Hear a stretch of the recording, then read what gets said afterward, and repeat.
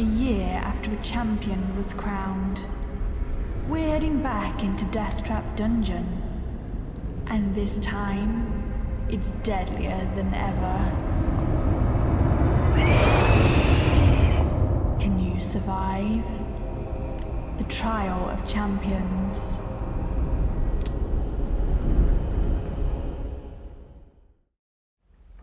Oh my gosh, hi everyone! So good to see you. Everyone's here cheering Aaron on already. Thank you all for turning out to see if Aaron is going to win. You're all here for Aaron today, I assume. Hello everyone, welcome. I'm Vicky, if we haven't met before. This is the fighting fantasy show that I do. This is season 4 and we are playing the Trial of Champions, which is a adventure book. It's a fighting fantasy book by Ian Livingstone. Trying to just hide my earrings. I'm sorry that I'm so glammed up today. I'll explain all in just a moment. But yes, we are playing Trial of Champions. This is the show where we have a new adventurer every single week taking on the fighting fantasy book Trial of Champions. If you don't know what to expect here, there's going to be adventure. There is going to be death. There's going to be dice rolling. There's going to be enemies to fight. There is going to be treasure to be had, and hopefully the adventurer will escape with their lives and become the ultimate champion of this season. Or they could die horribly, just like all of these fine folks over on this side.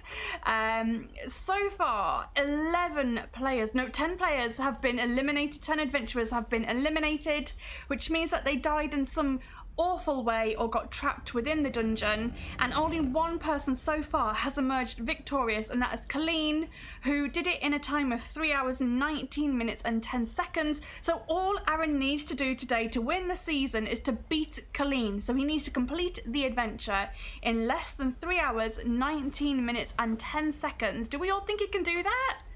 How do we think? So it's either, because I've got a hen do to go to tonight, hence why I'm so glam, I need to kill him off quickly. So we basically have about 3 hours and 20 minutes. So he has time to do it. We have about 3 hours and 20 minutes until I need to head off. So we either need to speedrun it or die really quickly. So there we go. So because this is a choose your own adventure style game, what that means is that throughout the adventure I'm going to be presenting Aaron with some choices.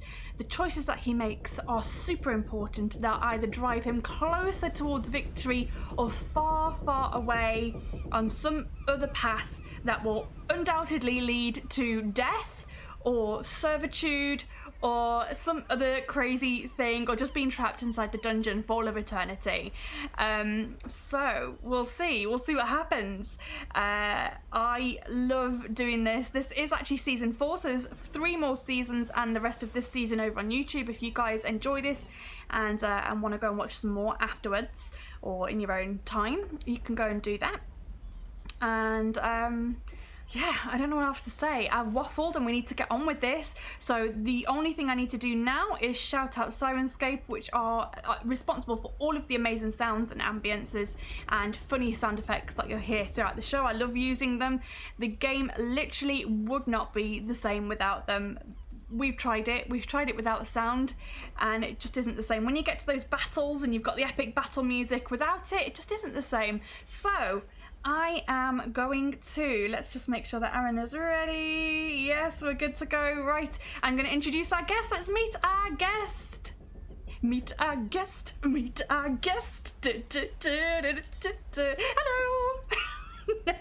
Oh God, you make me laugh, buddy. You really do. And I'm in a silly. Meet our guest. Oh, well, I'm glad I make you laugh. That means it's going to be a fun show. Whoop whoop. Right. Come on, let's get on with this, because you need to go and get pissed. Come on. Let's do this. So I'm going to give you a shout out. Please tell everyone who you are and where they can find you and what you do here on Twitch. Okay, my name is Anxious Aaron, and I now periodically stream over on my channel, and I used to play RuneScape. That sadly has gone by the wayside nowadays. I now play roguelike games. So if you want to come and watch someone get incredibly frustrated at video games, come and check me out, because it can get quite funny at times. Excellent. Also find me on Instagram as well. Oh, nice. Me and Vicky share a hobby, and you find me periodically posting about board games on there as well. Board games. Everyone loves board games. Well, that's what I'm doing tonight. Oh, nice. You're going out for a hen party, and I'm going to my niece's. But oh, lovely. Well, my hen party is for someone within my gaming group, so no doubt there will be talk of gaming, but no actual gaming tonight. No, probably for the best. Probably for the best. You know what we're like. Once we start, we don't stop. Drinking and board games. Yeah. Right. You'll notice, guys, there's a few things on the screen. We are rushing this a little bit today. I've got a timer on my phone. Okay. I got a 3-hour timer on my You'll phone, be and above it, it's got Aaron dies in 3 hours. Aaron dies in 3 hours. Within the 3 hours. That's If I haven't fantastic. beaten it in 3 hours, then we'll consider that I've failed. Well, we'll see what happens. All right. So there's a couple of things on the screen.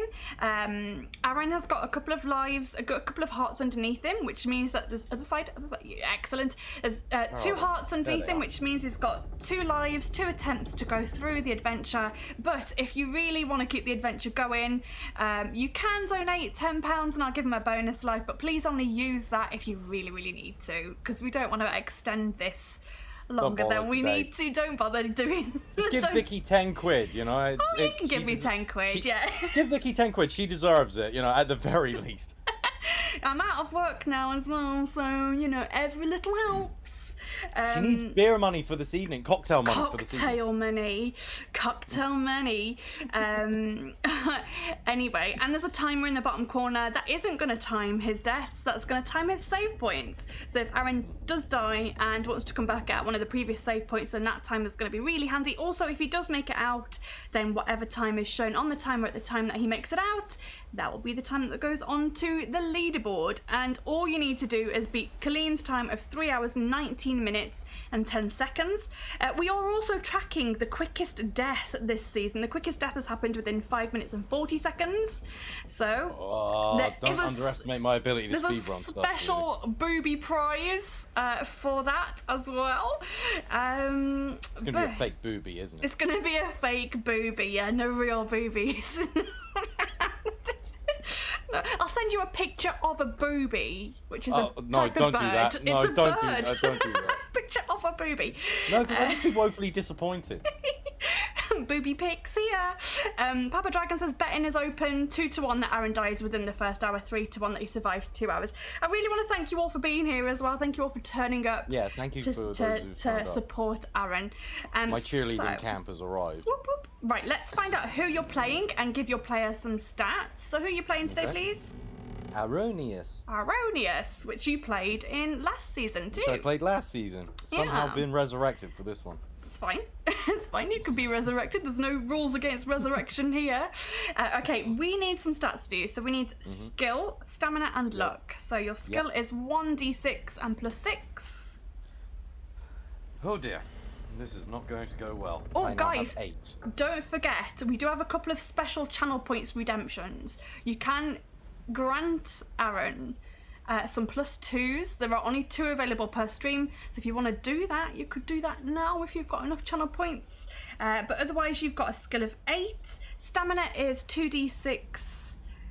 Are you going to? I've got enough for one of them. Okay, well you could do that for yourself if you want. I will tell you now that with a skill of 8, you're probably going to struggle a little bit. No shit. No shit. Oh, unidentified squid has redeemed that. Angie has also redeemed one as well. So you can add that to your skill if you want to. Okay. Now? If you want to. You can add 2 to your skill, or you can add 4 to your skill, whatever you want. But the reason I put those in is because there are some real tough baddies in this book. So it's whether you want to have... I can do that permanently, or that's just for one No, fight? it's permanent. But so I can go in with 12 skill? You can if you want to, but those are the only +2s you're getting for the entire game. I don't care. With a skill that bad, that's what I need. You're going in with 12 skill. Okay, so those are the +2s redeemed. There's no more +2s available, which means that you've got 21 stamina. 21 stamina, and then your luck again is 1d6 +6. 12! Oh, very lucky. Nice. Yeah. Okay, so you have got very, very good stats. You are going in with 12 skill, 21 stamina, and 12 luck. Colleen, are you sweating yet? Colleen should be sweating. I think Colleen went in with a skill of 10. It's not rigged, Misty X, it's not. We've been doing this, we've been doing the +2s for a little while now. Okay, I think that we've waffled enough. We need to crack on with this. Let's find out how Erroneous is going to end up taking part in the Trial of Champions. I'm just going to take a little sip. Okay. So it begins. It's another fiercely hot day, and the temperature in the sticky gloom below decks is unbearable. The air is thick with the acrid smell of sweating bodies. Nobody is allowed to speak, and the only noise to be heard above the monotonous creaking of the ship is the regular sharp crack of a whip and the agonised cry which follows it. "Row harder, you dogs!" shouts the one-eyed overseer as he cracks the whip once again. "Enjoy this pleasant voyage while you can, because you'll wish you were back on board after a day or two where you're going." Chained to a bench and straining hard at the long oar which you pull with 2 other galley slaves, your mind drifts back to that unfortunate day 1 week ago when you were captured. You'd left Port Blacksand in a small boat to sail south down the coast to Oyster Bay. As ill luck would have it, a galley appeared heading in your direction.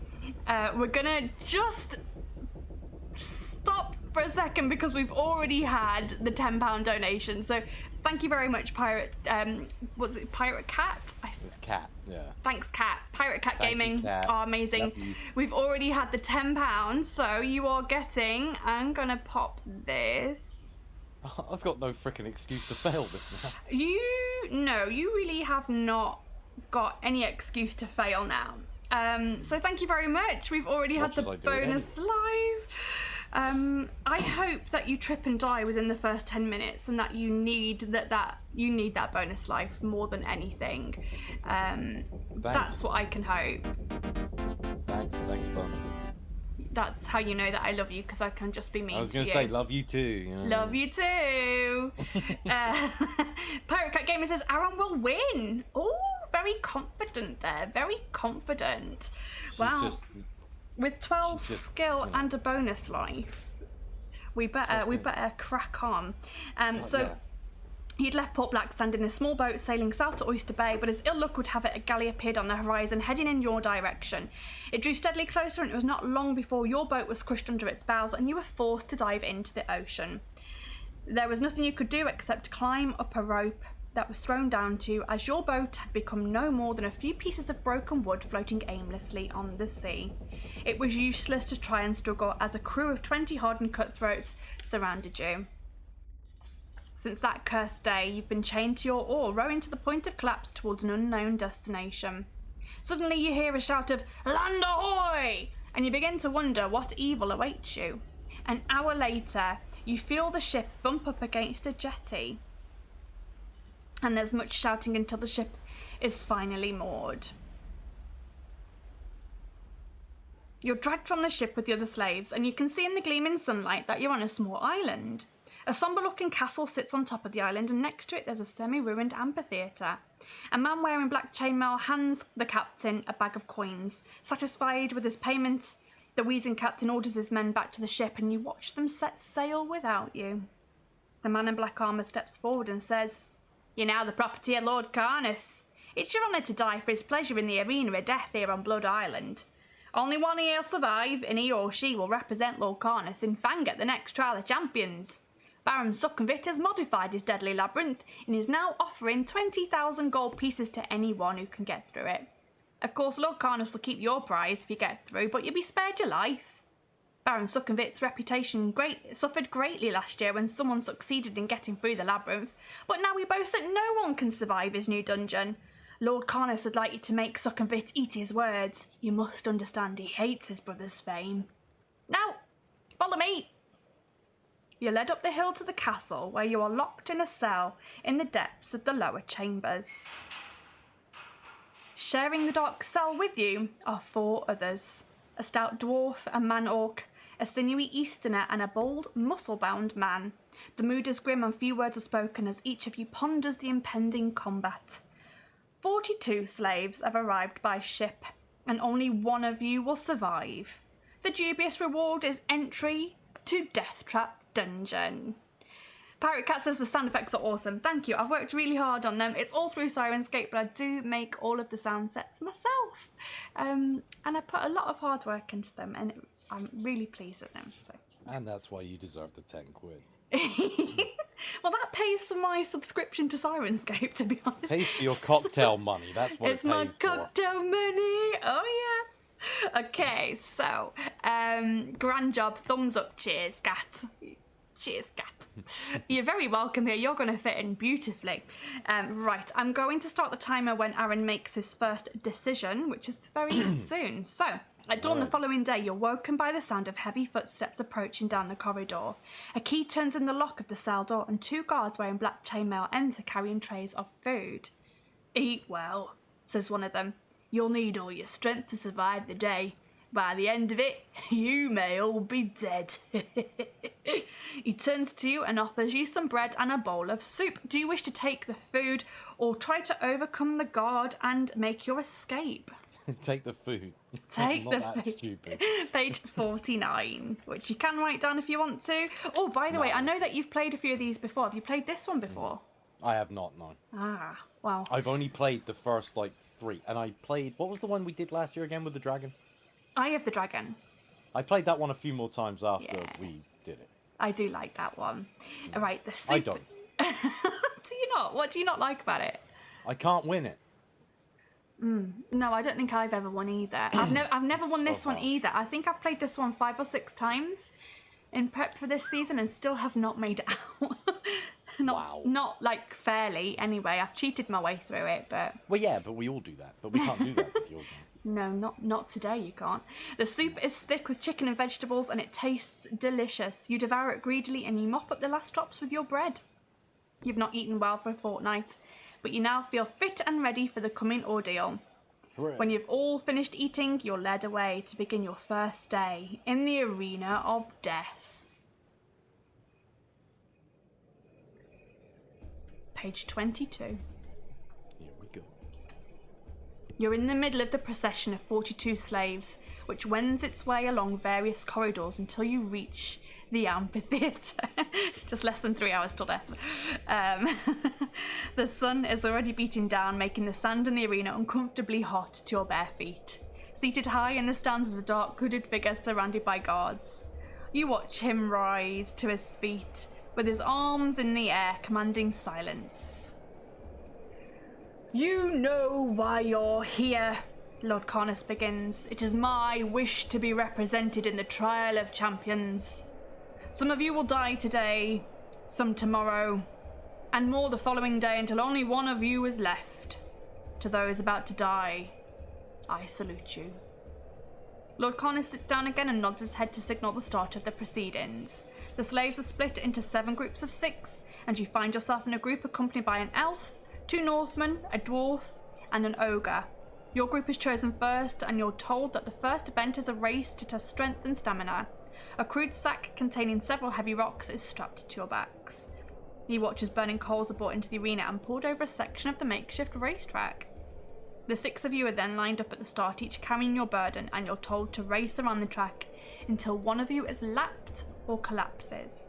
Then you're off, and you jostle for position on the way to jump in the first pile of coals. Do you wish to set the pace, or stay at the back? Stay at the back. Stay at the back. 107. One of the Northmen takes the lead, setting a fast pace. Round and round the arena you run, gritting your teeth harder each time you jump over the burning coals. After 20 minutes, nobody's been left behind, and the Northman increases his stride. Throw 2 dice. 9. It's less than your skill score, page 360. People in chat, have people seen us play something like this before? Are you all aware of what we're doing here? Are you aware of these books? Because if you're new here, I hope that you enjoy it. Okay, the Northman... They're horrible, but fun. The Northman increases his lead over the rest of you, but you feel you still have a lot in reserve should he come close to lapping the pack. When he gets within 10 metres of catching up, everyone decides to sprint. There are only 2 runners ahead of you, but you do not look back. Suddenly, there is an agonised cry, followed by a shout, which calls an end to the race. The dwarf lies face down in the sand, having just collapsed as the Northman caught up with him. While you're led back to your cells, the dwarf is quickly put to death before the start of the next race. Poor Gimli. Poor Gimli. Okay, page 136. Oh, you've subscribed. Thank you, Pirate Cat. That's very kind of you. Kay says, I don't even know what a book is. Bless you. Poor Case. You should know what a book is, Case. This is a book. The wonderful technological upbringing you must have had. Right, when all the races are finished and the survivors are back in their cells, you discover that the bald man does not return. Now there are only 3 others left in your cell. Although exhausted, you find it difficult to fall asleep. Your mind is occupied with what challenge the next day will bring. In the morning, you're fed, and then one by one, the slaves are led away into the arena. Eventually, your turn comes, and when you reach the arena door, you're told to choose some weapons. Would you like to choose the broadsword and shield, or a trident and net? You have no idea what you're fighting, but you're going to go with trident and net. Okay, page 275. Let's see, have you made a wise choice? Probably not, but we'll see. A guard opens the door to the arena and you step out onto the hot sand, which is now stained red with the blood of fallen combatants. Suddenly another door in the arena wall opens and out steps the dreaded bone crusher beast, its tough, leathery skin glistening in the sun. Its ugly head is small and houses 2 narrow, near-blind eyes, a flat nose and tendrils hanging over its taut mouth. Its torso, however, is massive and its long arms are dauntingly powerful. You're facing this dude. Mm-hmm. He's pretty awesome. Also, welcome in, Ninja Monkey. I think Hello, your title of quickest death is safe at the moment. Okay, you're going. Darling. Hello, darling. I mean, I had to bring that back. Your entire episode last season was called Hello, Darling. It was called Hello, Darling. It was.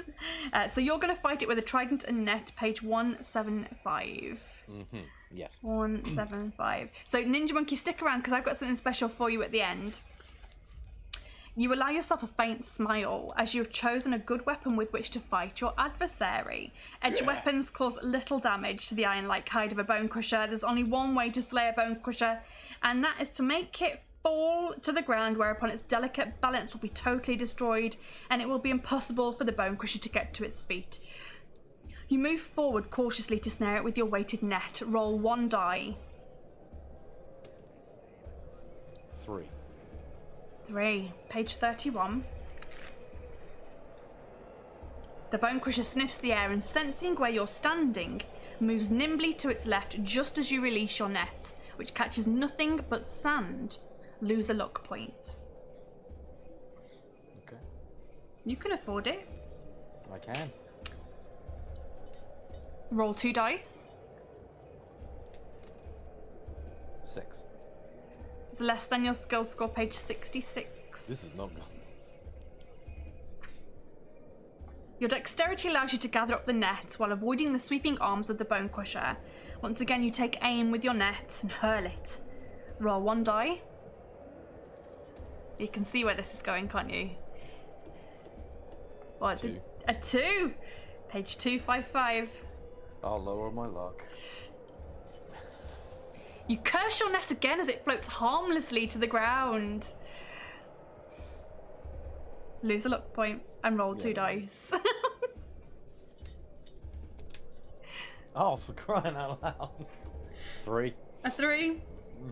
It's less than your skill score, page 66. I think the same thing is going to happen again. I think you're about to dodge it, pick up your net, which is great. If you hadn't have rolled that, then you'd be dead for sure. But your dexterity... Not cooked yet, monkey. Not yet, not yet. He does have a skill of 12, Ninja Monkey, so, you know, you could be very good here. Your dexterity allows you to gather up the net while avoiding the sweeping arms of the bone crusher. Once again, you take aim and hurl your net, roll a die. 5. Okay, 189. Finally, your throw is on target and it lands on top of the nearsighted bone crusher. As it thrashes around, it becomes more and more entangled and lets out an enraged howl. Before it can break free, you tug hard and pull the beast to the ground. The bone crusher lies helpless and defeated, panting with relief. You will take him back to your cell, and you've reached a save point. Ninja Monkey, I am extremely anxious, okay? I'm so anxious about today I had to take muscle relaxants before I started. Oh, bless you. Oh dear. We've made it to 9 minutes and 11 seconds with a skill of 12, a luck of 10. Muscle relaxants. Do I make it? I didn't really, but I was dared to actually say that during this stream. So really. Yeah. There's one other thing I've got to say, and I've got to at some point find a way to flip you off without noticing. To be honest, I'm so busy reading. You could probably do it any time and I wouldn't notice. I know. Because I'm so busy looking at like all the time. Oh, the timer's on. I'm looking at chat. I'm looking at my sounds. I very rarely look at you. I do actually have to take anti-anxiety drugs, though. That I do. That's okay. That's absolutely fine. Which technically are muscle relaxed. Misty X says new challenge: flip her off 15 times. So is that why you're all here? Is that how he's got you all here with secret challenges? I was in a group call last night, and Misty X said something. Pirate Cat said muscle relaxants, and Chloe flipped me off. And I was just like, okay, so the thing that Misty X shouted out, I've got to shout out at some point during this without you noticing. And I've got to flip you off without you noticing. My friends are like that, you know. The flipping off thing is going to be easy. Okay. And you could literally sit here going like that, and I probably wouldn't notice. So if that happens, guys, just clip it. I can watch it later and enjoy it. Clip that for starters. Just clip Vicky doing that, literally brilliantly. And we'll use that in part of the trailer for the next series. I can go in the clips reel for sure. Right. Birdie. Okie dokie. Okay. Let's So I hit a save on. point. You've hit a save point, yeah. Okay, cool. Yeah, because why not? Okay, page 113. Save point. There's no real map in this one, is there? Save. Not yet. Not yet. Oh, there is a map coming. There is. This is literally the tutorial. You haven't even made it into the dungeon yet. This is the tutorial. Clip that flip. Yep. By the end of the day, there is only one other person returning to your cell. It's the mean-looking Easterner, a man who looks as though he would murder you for 2 copper pieces if you had them. As the light quickly fades, a guard shouts out an unexpected command. Oh yeah, you've got no starting equipment or anything this season. No provisions, no weapons. Fine by me. That's fine. No armor. Okay. As the light quickly fades, a guard shouts out an unexpected command. There are now only 2 of you left in each cell. Only want one to come out in the morning for tomorrow's combat. Sleep well. The guard bursts out laughing at his joke, and even before he's finished, the Easterner dives at you, brandishing a long shot pin, which he had concealed in his headband. Unarmed, you must fight to the death. We are in a proper battle with the Easterner.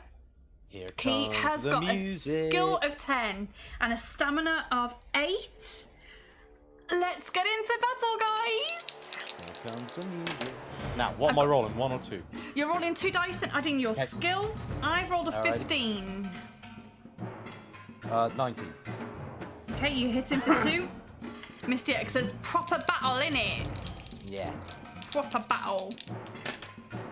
I've rolled an 18. 21. Woof. Woof. Woof. An 18 again. An 18. Ooh, nothing happens. Woof. Woof. An 18 again. 20. Ooh. Okay, you need to hit him one more time and then he's gone. Alrighty. 17. 20. He is deaded. Boom. And Deaded. that's how it's done. That's how you kill an Easterner, apparently. I'm not sure I'm allowed to say that's not very PC, but it's in the book. It's in the book. I'm so sorry. 237. Just. Oh my god, buddy. I'm gonna get lynched. You slump back against the cell wall after the fierce fight with the Easterner, and you fall asleep from exhaustion. When all the survivors are assembled in the arena in the morning, there are only 12 of you left. The first test of the day involves a deadly machine. You'll need lightning reactions and steel nerves to survive it. It's made of a pole fixed to a heavy base. 2 sharp blades stick out from either side of the pole, one at head height and one at ankle height. One of the slaves is made to stand by the pole, which is promptly spun around by one of the guards. It's Fall Guys, the deadly version. Exactly. The slave alternately has to duck under one blade and jump over the other to avoid being badly cut. Your turn comes last, and there are 9 survivors so far. The 2 others have had their throats cut. You stand by the pole, adrenaline pumping through your veins. The guard spins the pole, and you start to jump and duck. Roll 2 dice. 6. It's less than your skill score. Page 94. Yeah, I'm not going to beat my skill score. I'm only going to equal it. Get into the steady rhythm of ducking and jumping, and slowly the pole spins to a halt. You've survived another ordeal. The next test begins immediately. You and the rest are split into 2 groups of 5. You watch the first group of a dwarf, a man-orc, a warrior woman, a barbarian, and a dark-skinned southerner stand silently as a spiked ball and chain is lashed to each of their sword arms, and a small shield is lashed to each of their other hands. They are then blindfolded and ordered to commence battle against one another until only one is left standing. It's a sickening display to watch as the fighters tread warily around the arena, swinging their balls and chains at each other.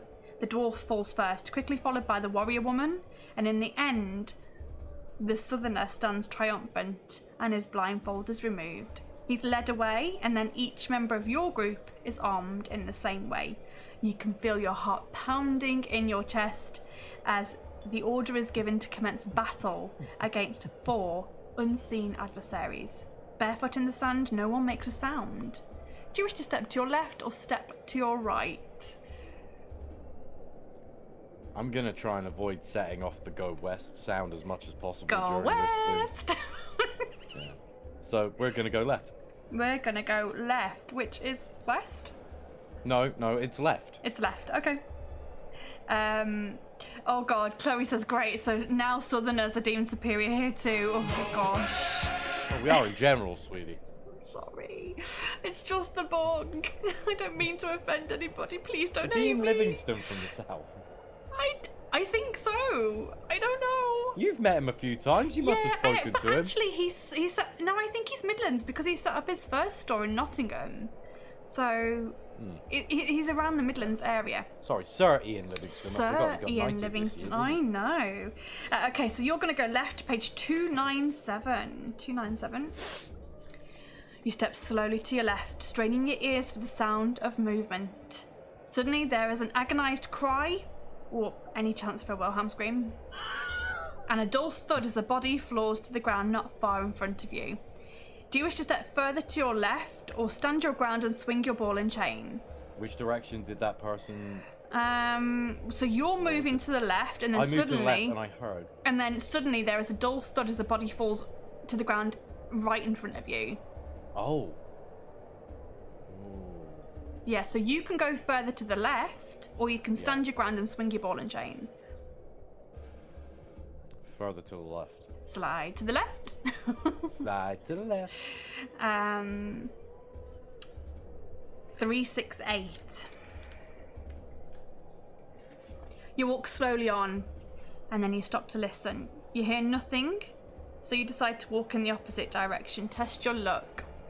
So, you have a luck of 10 at the moment, so you need to roll 2 dice. It needs to be a 10 or below to be lucky. 6.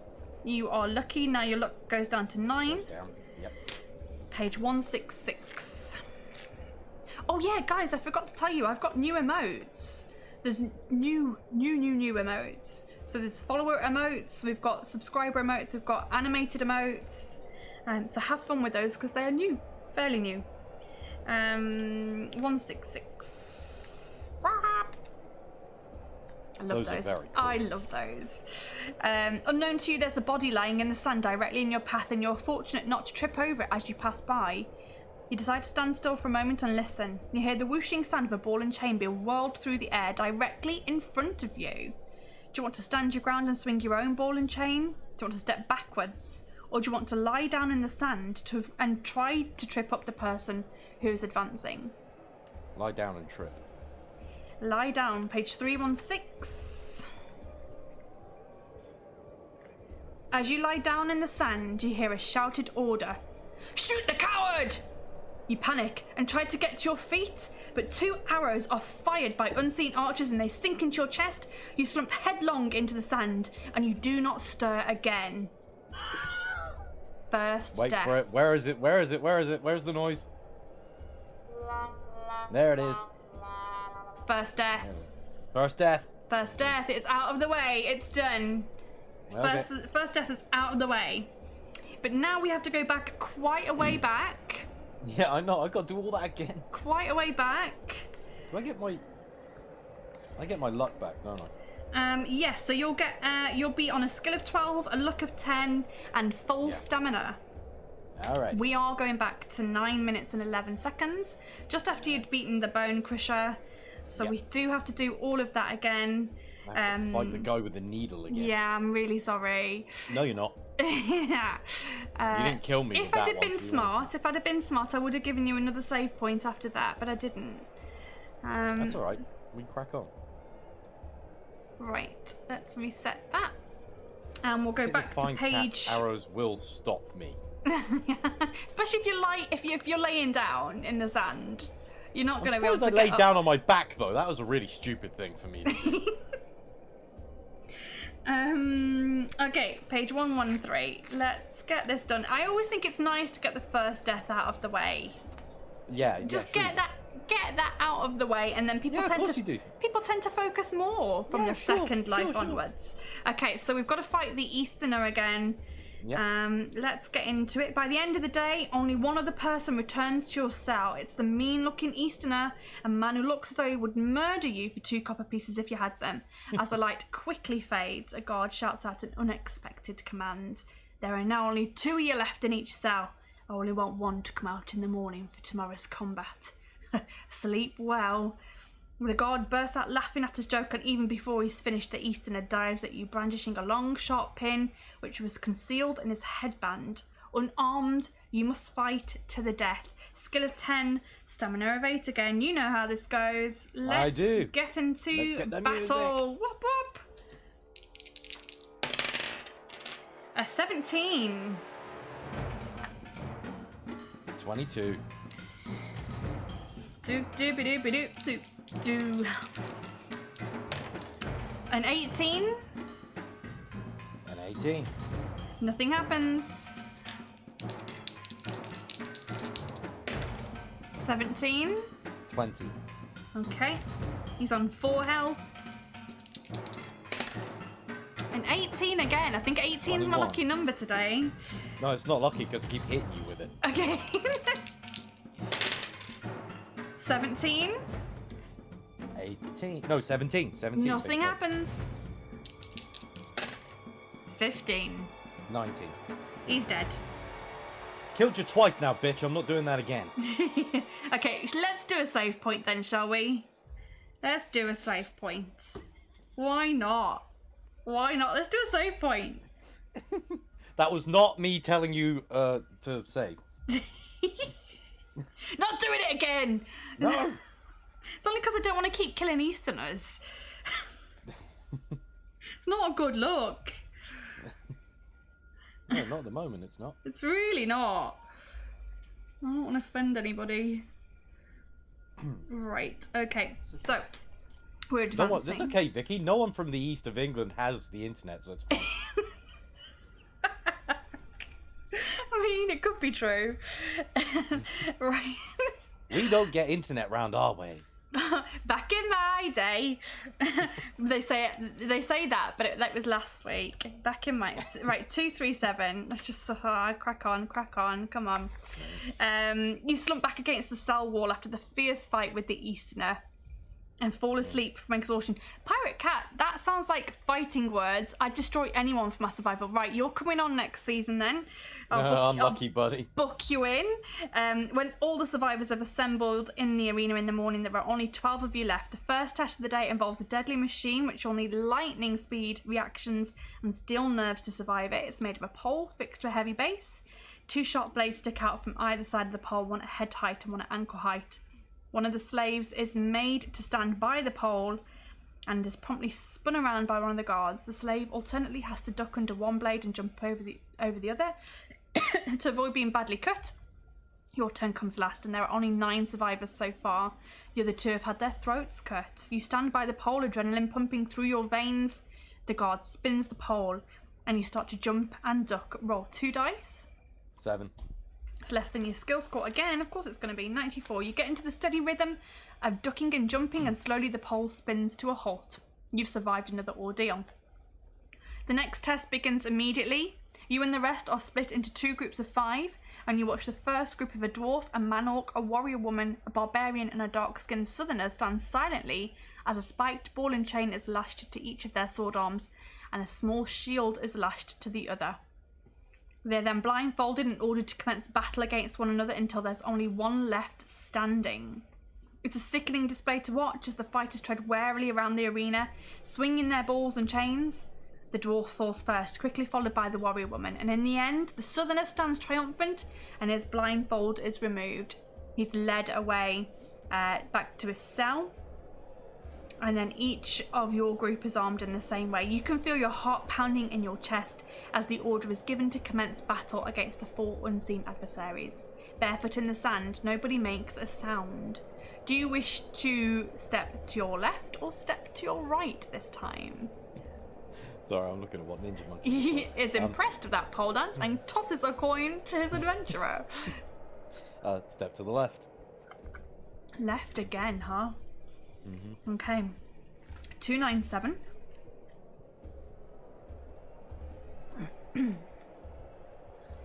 You step slowly to your left, straining your ears for the sound of movement. Suddenly, there is an agonized cry and a dull thud as the body falls to the ground not far in front of you. Do you wish to step further to your left or stand your ground and swing your ball and chain this time? Step further to the left. Step further to the left, 368. You walk slowly on and then stop to listen. You hear nothing and decide to walk in the opposite direction. Test your luck. Needs to be 10 or below. You've rolled a 6, that's lucky. Page 166. Unknown to you, there's a body lying in the sand directly in your path, but you are fortunate not to trip over it as you pass by. You decide to stand still for a moment and listen. You hear the whooshing sound of a ball and chain being whirled through the air directly in front of you. Do you want to stand your ground and swing your own ball and chain? Step back, or lie down in the sand and trip up the person who's advancing? Yeah, I'm gonna stand my ground and swing my own ball and chain. Okay, page 183. Test your luck.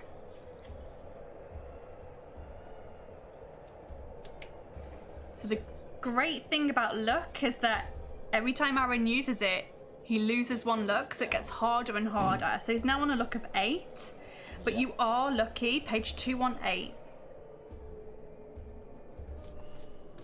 Your spiked ball finds its mark and crashes into the temple of your unfortunate opponent.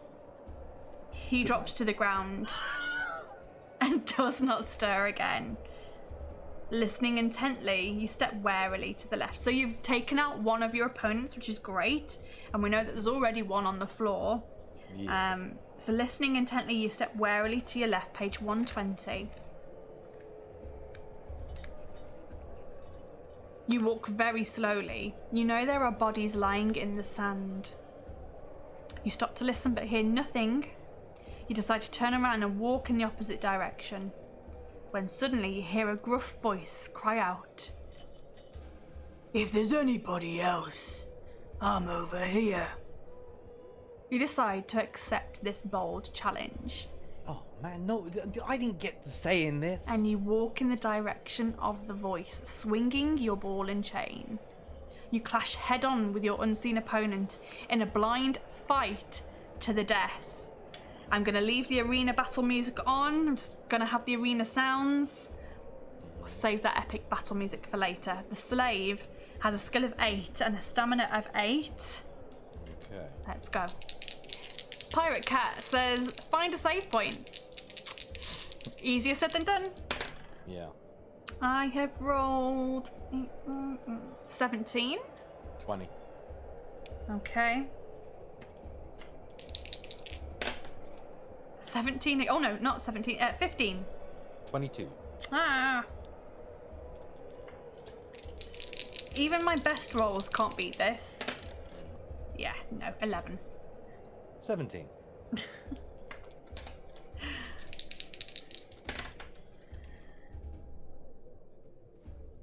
A 19 this time. 20. Oh, he's dead. Okay, Yeah. excellent. I'm not going to save it there, though. We're going to page 61. Oh, Sorry. it's fine. It's just because we've got a big dude stepping up next. And if you Oh, beat really?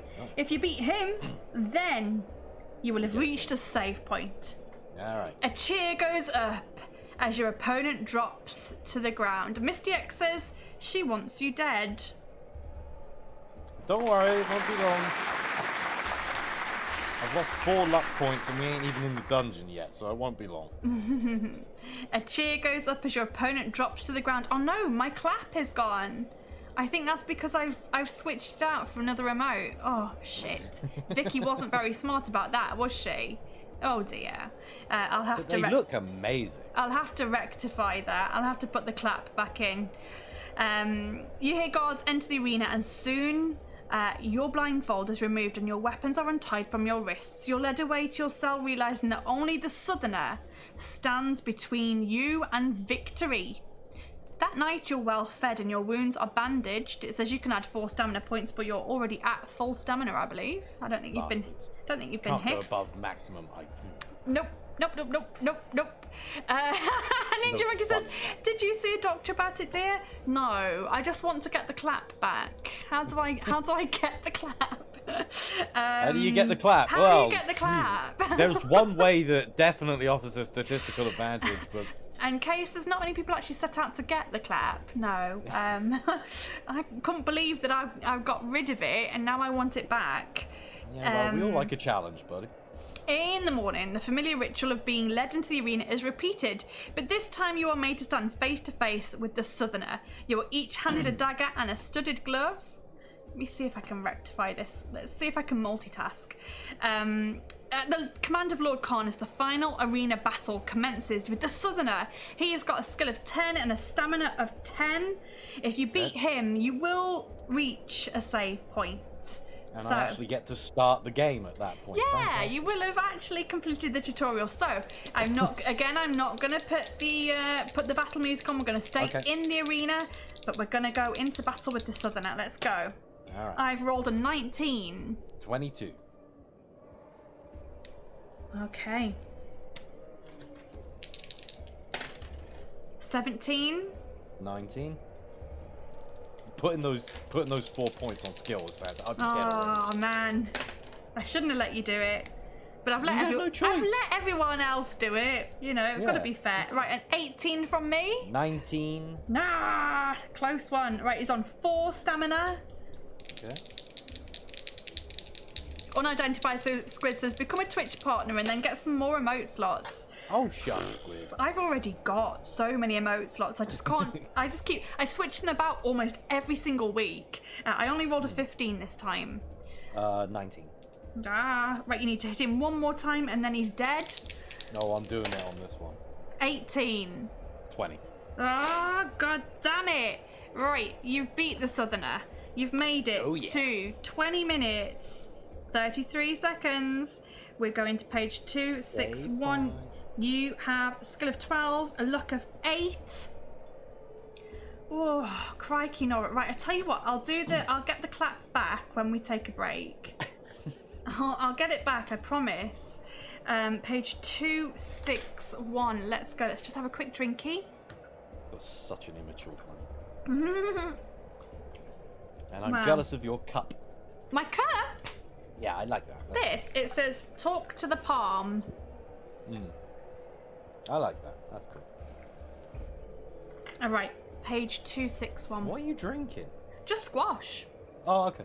orange squash. I'm not on the pina coladas just yet. I was gonna say, not doing pre-drinks during this, No, are you? I've got to drive to the restaurant. So I'm going to drive there and the boyfriend's going to pick me up, or we're going to get an Uber back, I think. So Right. I'll be safe. I don't drink and drive. Don't drink and drive, kids. It's not smart. Right, page 261. Let's go. It's called natural selection, kids. 261. Right, as the southerner drops to his knees, clutching his stomach, he manages to utter a few words with his dying breath. Good luck in the dungeon, stranger.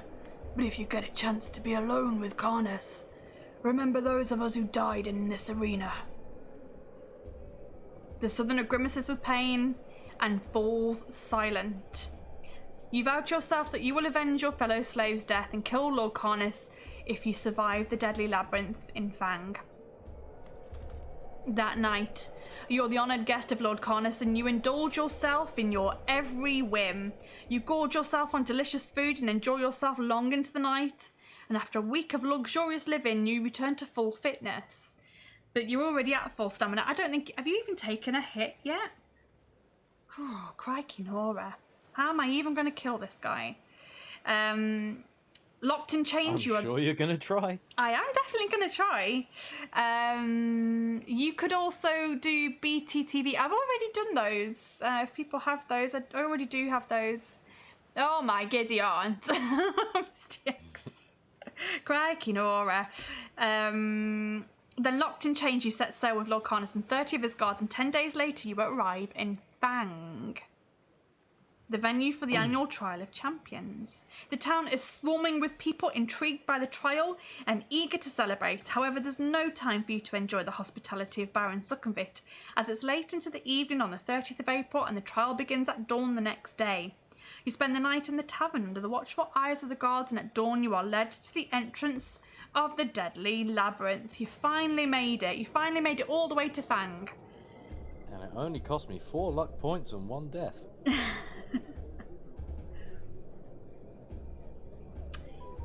It's supported by ornately carved stone pillars and depicting demons, deities, and writhing serpents. You see Baron Succumbit shaking his hands on the other contestants, a Chaos Champion wearing dark spiked armour, an Eastern Warlord in full battle costume, an Elven Prince, and a Dwarf Noble.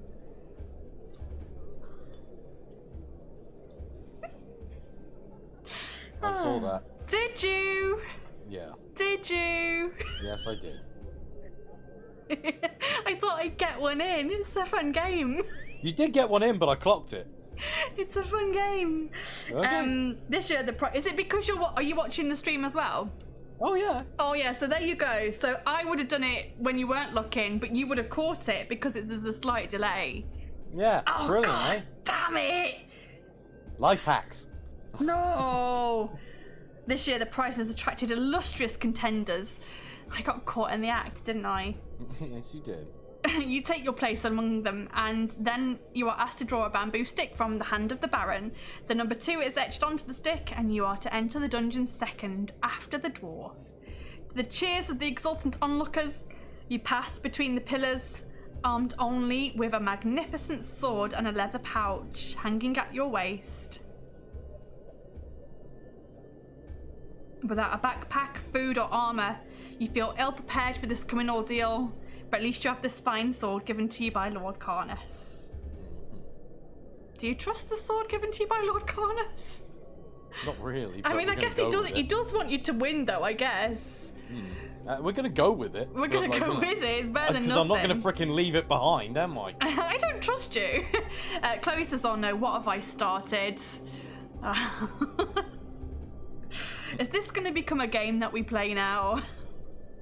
I hereby institute the flip-off challenge on every single episode of this in the future. I don't think there are some guests that I don't think would appreciate it. But we'll see. We'll see. Okay, you don't have to participate, but you ask before you begin. Is it okay if we play the flip-off challenge? Yeah, please. Okay, so you have a fine sword given to you by Lord Karnas, and you have a leather pouch Fine now sword that you can and wear. leather pouch. Yep, that you can wear on your belt or somewhere on your person. The sound of the crowd quickly dies away as you walk down the dimly lit tunnel. What horrors lie before you? it is impossible to imagine. But you know that Baron Suckenvitter spent the last year modifying his death trap dungeon so that it is now reputedly lethal beyond comprehension. But your desire to avenge the deaths of your fellow slaves makes you determined to succeed. The tunnel leads straight ahead for 50 meters, and then you come to a doorway in the left-hand wall with a keep out sign written on it in dried blood. You can hear scratching and sniffing sounds coming from the other side of the door. Do you wish to draw your sword or keep on walking? You hear the scratching noises, and I have a sneaking suspicion whatever that thing is like long, sharp pincer nails. So, screw it, let's go in. Let's open the door, page 374.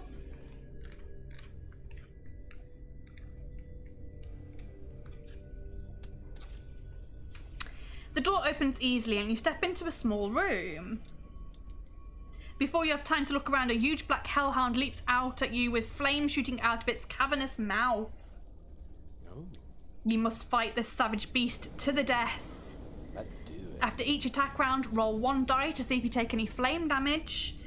But he only has a skill of 7 and a stamina of 6. So this is going to be fairly easy. Let's go. Let's get into battle. Let's go. Let's go. Can we get the noise? Can we get the music? There's the music. There it is. 12? Well, I've got a skill of 12, so I think I'm safe. And then I've got to roll a die for. Oh yeah, just damage. roll 1 die to see if you take any flame damage. 5. Nope, you're fine. Okay. 14 from me. 15. Oh wow, And that was 1 close. die. 6. You're doing fine. okay. You're okay. Basically, if you roll a 1 or a 2, you get flamed. Yeah. Oh, I rolled no. an 18. An 11. Okay. So the hellhound is already dead. Oh, do I not have to roll a die on that last one? Probably not as he dies. No, I mean Fair you enough. can if you want to, just for shits and giggles. No, I'm but... good. I'm good. And that's taking you to 2727. Don't know if that's a lucky number or not. If you win page 52, you've got a skill of 12 and a luck of 8. And 0 rings, because we're tracking that now. How many rings have I got to get? I don't know. No, yeah, you do. I Colleen's don't done know. this. Someone in the chat tell me how many rings I need. I don't know. Someone does. You I- know. Look at that cheeky grin, for crying out loud. Of course you know. I don't know. I'm just amending the emotes while we're on this lovely save point. Misty X is 3. That's a lie. So whatever it is, it's close to that. Is it though? Yeah. Is it though? Yeah. Oh come on, please let me scroll down. Please. I know my friend. I know Misty X. I know her very well, and I know that she likes to bullshit me, but she never bullshits me very much. It's a lot more than 3. No, it's not. It's either 2 or it's 4. It's a lot more than 3. It's 2 or it's 4. It's a lot more than 3. It's 2 or it's 4. It's a lot more than that. Okay, all right. Well, let's crack on. What did I get? Anything for killing the hellhound? Let's find out, shall we? Let's find out. Page 52. Would you like to know how many rings you would like to get? You would have to get? No? Okay. It's more than 4, less than 10. Okay, all right, fair enough. The room is empty apart from a pile of straw and old bones in the far corner. Do you wish to rummage through the straw or leave the room? Rummage through. Have a rummage. Absolutely. Page 36. You find a gold ring lying on the stone floor Woohoo! under the straw. You place it in your leather pouch and then leave the room to continue along the tunnel, page 82. So you've got one ring. Down, baby.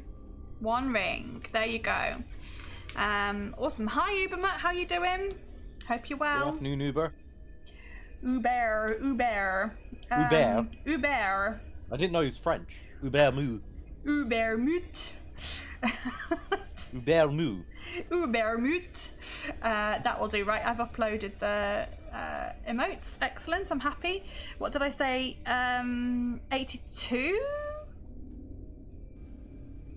Oh dear, did you lose your place? I think it was 82. The tunnel soon comes to an end at a T-junction. Do you want to go left or right? Right.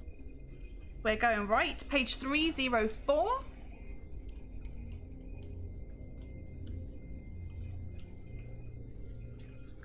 How you doing, Uber? I hope you're well, bud. Okay. In the distance you hear the sound of running water, and soon the tunnel ends at the edge of a pit. A rope bridge straddles the pit, and beyond it, the tunnel continues straight on. There's a wooden box tied to the bridge and a sign above it which reads, "Pay gold to cross." So we're looking at... I don't have any gold. We're looking at this. You have a gold ring. I have a gold ring.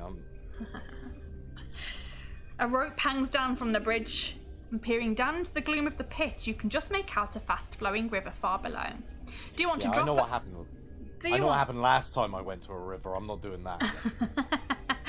Do you want to drop a gold object into the box and walk across the bridge? Do you want to walk across the bridge without paying, or do you want to climb down the rope into the pit? Ninja Monkey says, "Don't die. I've got to go and grab food. Don't you dare drop that ring. Don't drop that ring into the box. Don't do it." No, I'm gonna do it. Fuck you. You can't win now. Can I not? Nope. Really? There's no way to win if you drop a gold ring in. I haven't told it to anybody else, but do not drop that gold ring in, because otherwise this whole thing is fucking pointless.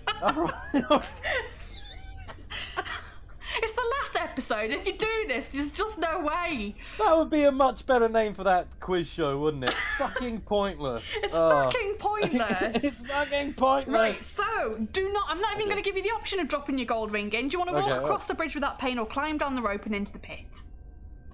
Well, you said I heard a fast-flowing river, didn't you? There is. We'll climb down the rope. Climb down the rope. 355. Your feet find a ledge. Oh, can he swim? We'll find out. Your feet find a ledge protruding out over the river, and you release the rope, walking along the ledge, and you find that it leads to a completely black cave mouth. Suddenly, two bony arms shoot out of the darkness and try to push you off the ledge and into the river. Roll 2 dice. 6. It's less than your skill score, page 100. Only your lightning quick reflexes can save you from being knocked into the river. You teeter on the ledge, but you manage to regain your balance. Yes! You draw your sword to attack your enemy. From out of the dark cave steps a creature which has the appearance of a stooped, starving man with long arms which touch the ground and gaunt, brown, leathery skin. You recognise it as a strider, a cunning, hired killer. The strider is armed with an iron pole which has blades at either end. It's a fearsome weapon in the hands of the dexterous strider. Nice. We're going to fight him. Hello, darling. We're going to fight him. He's got a skill of 9 and a stamina of 9. We'll take him on. Let's go for it. Right, battle music time. Let's go.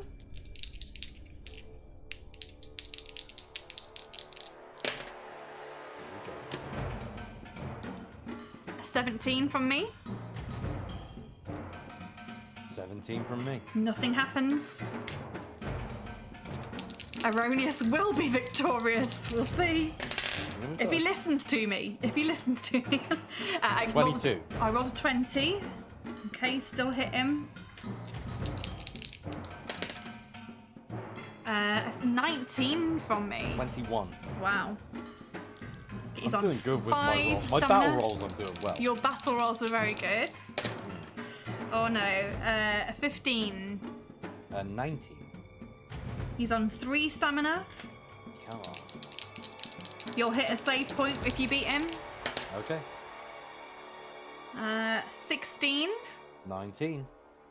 He's on 1 health. 19. 20. Oh, just about. Just about. Okay. 33, 17.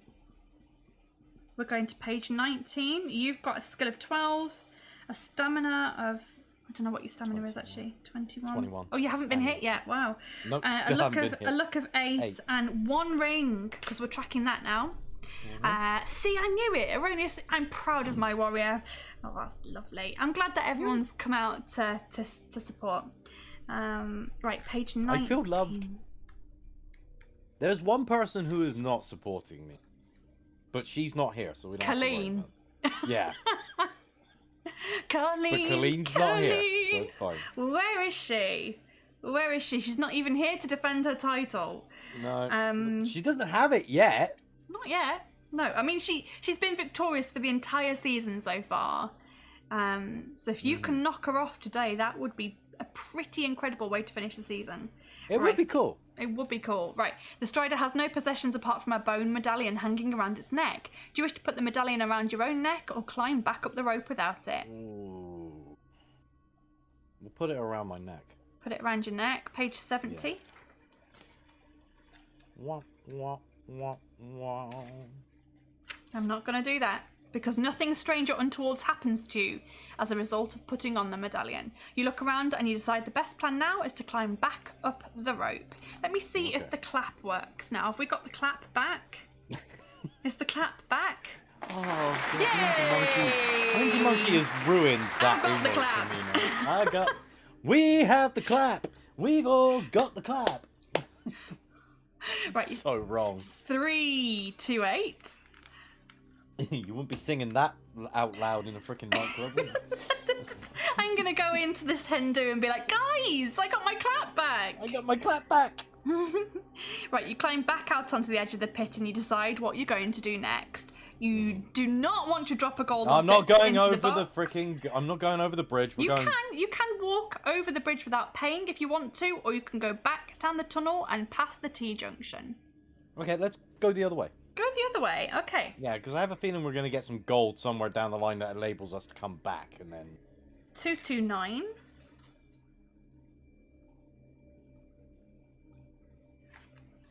You can also ask chat, like if you're not sure what to do. Oh, I can ask remember them for last time guidance. the chat actually, if I'd listened to the chat, I would have survived last. Well, not survived, but I wouldn't have got my first death last time. After 30 meters, you notice that the ceiling has about 20 spears pointing down from holes in the ceiling. You look down at the ground for a tripwire, which may trigger them, but you don't see one. Do you wish to walk on and under the spears, or would you rather retrace your steps and go back past the T-junction and back to the bridge? This is horrible because I've either got death by spears or death by falling off a rope bridge. I can tell you now that one of those options will not lead to death. And that option is the way to go. Yeah. Well, really? That is the way to go.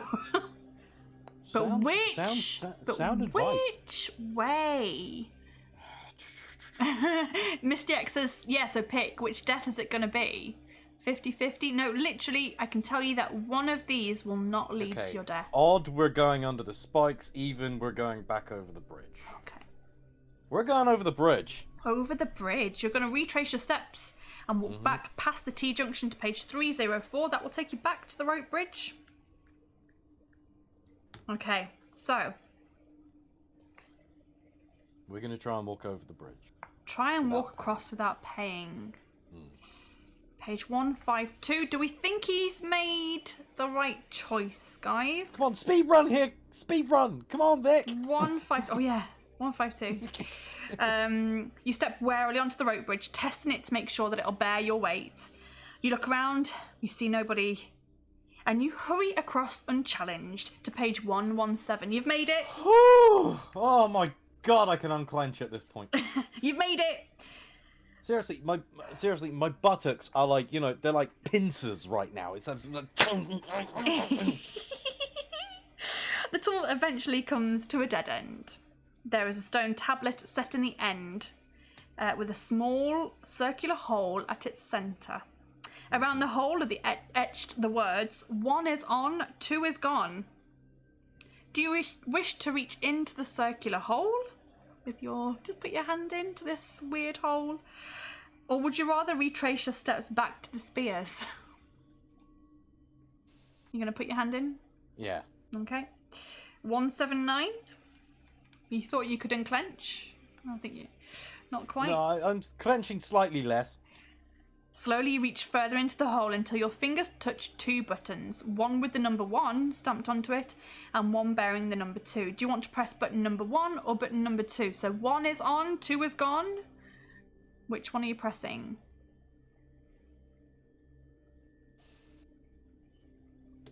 Again, it's 50-50. Yeah. 2. Page 214. I figured that was the case, but like I'm just like. Your mind immediately goes blank, and when you regain your senses, you find yourself at the entrance to the dungeon. Oh, phew. I didn't go that far. The crowd sees you, and they start hurling rocks at you. Okay, all right. We know where this is going. They are very angry. They run. We know where this is going. Roll 1 die. 3. Deduct that number from your stamina score. Mm-hmm. You realise what's happened, and you run back into the dungeon, past the door on your left, and back towards the T-junction. Would you like to go left or right? You know where we're going with this. You know where we're going. We're going right. We're going right. Page 304. Unless the dungeon managed to change while we were gone. I wanted to press number 1 and I didn't. I'm such a dumbass. That's the first hit I've taken in this whole thing. Yep. So in the distance you hear the sound of the running water, and soon the tunnel ends at the edge of a pit. A rope bridge straddles the pit, and beyond it, the tunnel continues straight on. There's a wooden box tied to the bridge and a sign which reads "Pay gold to cross." You're going to walk across without paying. Page 152. We're going to walk across without paying. You step warily onto the rope bridge, testing it to make sure to bear your weight. You look around, see no one, and you hurry across to page 117. The tunnel eventually comes to a dead end. There's a stone tablet set into the wall with a small circular hole in its centre. Around the hole at the edge the words 1 is on and 2 is gone. 1. We're going to reach in and press number 1, page 179. And then back to page 12 to press number 1. Do the lower numbers worry you by any chance? Some people are very suspicious of the lower numbers, and I don't know why. No. I don't know why. I felt like there was a danger, and if I pressed number 2, it would go.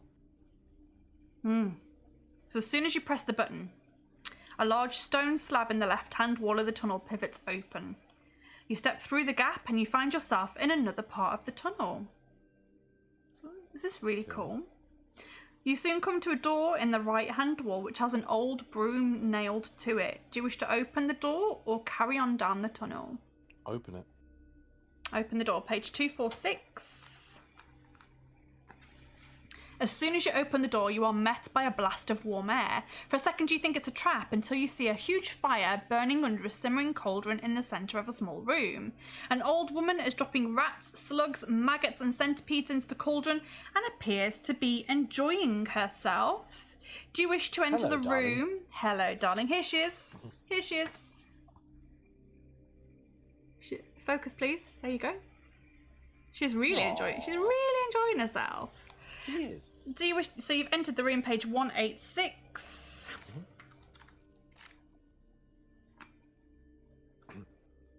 The old crone looks up, cackles an evil laugh, and throws some dust on the floor. A cloud of smoke rises up, and the old witch is gone.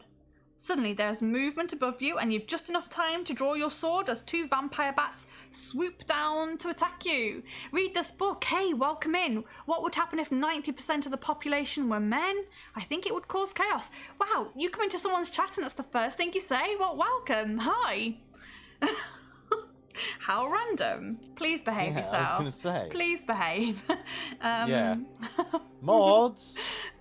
Now would be a time to be on alert. Just be on alert, guys. Just be ready. Just saying. Oh. We've been streaming for a while. We know what can happen in this situation. Right. Yeah, we know what to look out for. I'm a nice guy. Okay. Well, as long, all right. Yeah. Okay. We've got bats, guys. 2 bats swoop down to attack you. There's 2 of them. You're going to fight the first one. The second one is going to cling to your neck. and suck your blood. So for Lovely. each attack round, you'll lose 1 stamina automatically, but they only have a skill of 5 and a stamina of 5 and 4 respectively. So let's get into battle. You're going to lurk now. Okay, yeah, no worries. Thank you very much for being here and checking out the stream. Okay, let's get into battle. First bat is coming in with... I'm not even going to roll my dice for the fight. A 12. No, I'm kidding. A 12. Yeah. It's down to 3 stamina already, and then you take 1 damage because the other vampire bat sucks a bit of your blood. Yeah. Tasty. Lovely. A 13. 15. Yeah. It's on 1 stamina, and you take another point of damage. Yep. A 15 from me. 21. Okay, that one is dead. And now you're going to fight the second one. Alright. Only an 11. 16. 9, 10, 11, 13. I don't need to roll. Nope. The lowest I can get is 14. Yeah. So, Oh, all right. Show off. All right. Okay. If you win page 142, you're enjoying this, aren't you? Well, I'm doing a damn sight better than I did at the last one. So you know. You decide to add your own ingredients to the witch's brew by dropping the vampire bat into the cauldron in the hopes of perhaps poisoning her. You look around the room and you find a polished wooden box with a face carved into it. Ninja Monkey is back and says, "Hey, still alive? Yes, still alive." Welcome back, birdie. Welcome back. Okay, so you found a polished wooden box with a face carved into it, a face which you recognise. It's that of the dwarf who entered the dungeon before you. You also find a vial of red dust, which is hidden in an old book. Do you want to? So you've got 4 options here. Do you want to open the wooden box, throw some red dust on the floor, keep the vial of red dust, or leave the room and continue along the corridor? Open the box. Page 124. As soon as you open the box, your whole body seems to stretch as though you are being sucked through a keyhole. You're consumed by terror when you realise you're in a black void. You can feel nothing around you, walls, ceiling, floor. You are a prisoner in the trapping box, and the dwarf who opened the box earlier has now been set free. Your face is now shown carved on the lid of the box, and you cannot escape unless some other foolish person opens the box. You must test your luck and add 3 to the total. So you need to roll a total. You need to roll a total of 8 or less. Oh, I've rolled a 3. Plus 3. Come on. Oh. 8. Oh no. No. But you've got to add 3 to that. Yeah, no. I got a roll 5 and I've added 3. Oh. That's 8. Oh my god, okay, so you are lucky. Shit, I thought you'd rolled 8 and we're going to add... No, oh my god, okay. No. A total of 8. You are... Oh, my friend, you are very lucky. There's my boys. You are very lucky because otherwise you would have been... That would have been a second life gone. That would have been a death. So you are lucky. Page 399. Oh my god, you have no idea how close that was.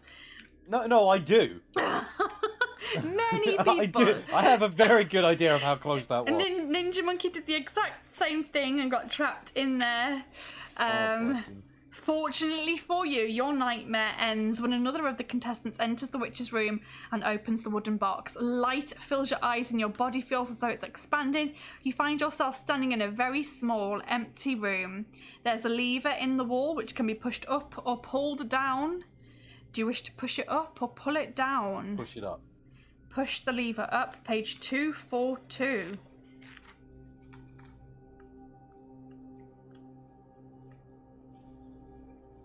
The Chloe, floor... as much as I don't want to be horrible here, that particular dwarf was thick because he got locked in the box. But I'm just as thick as he is.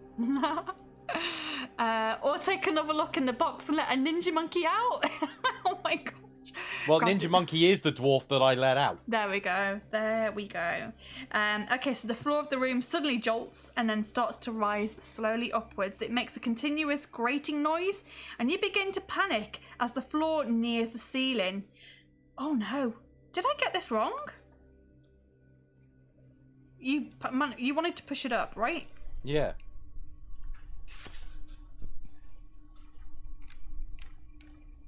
Did I get this wrong?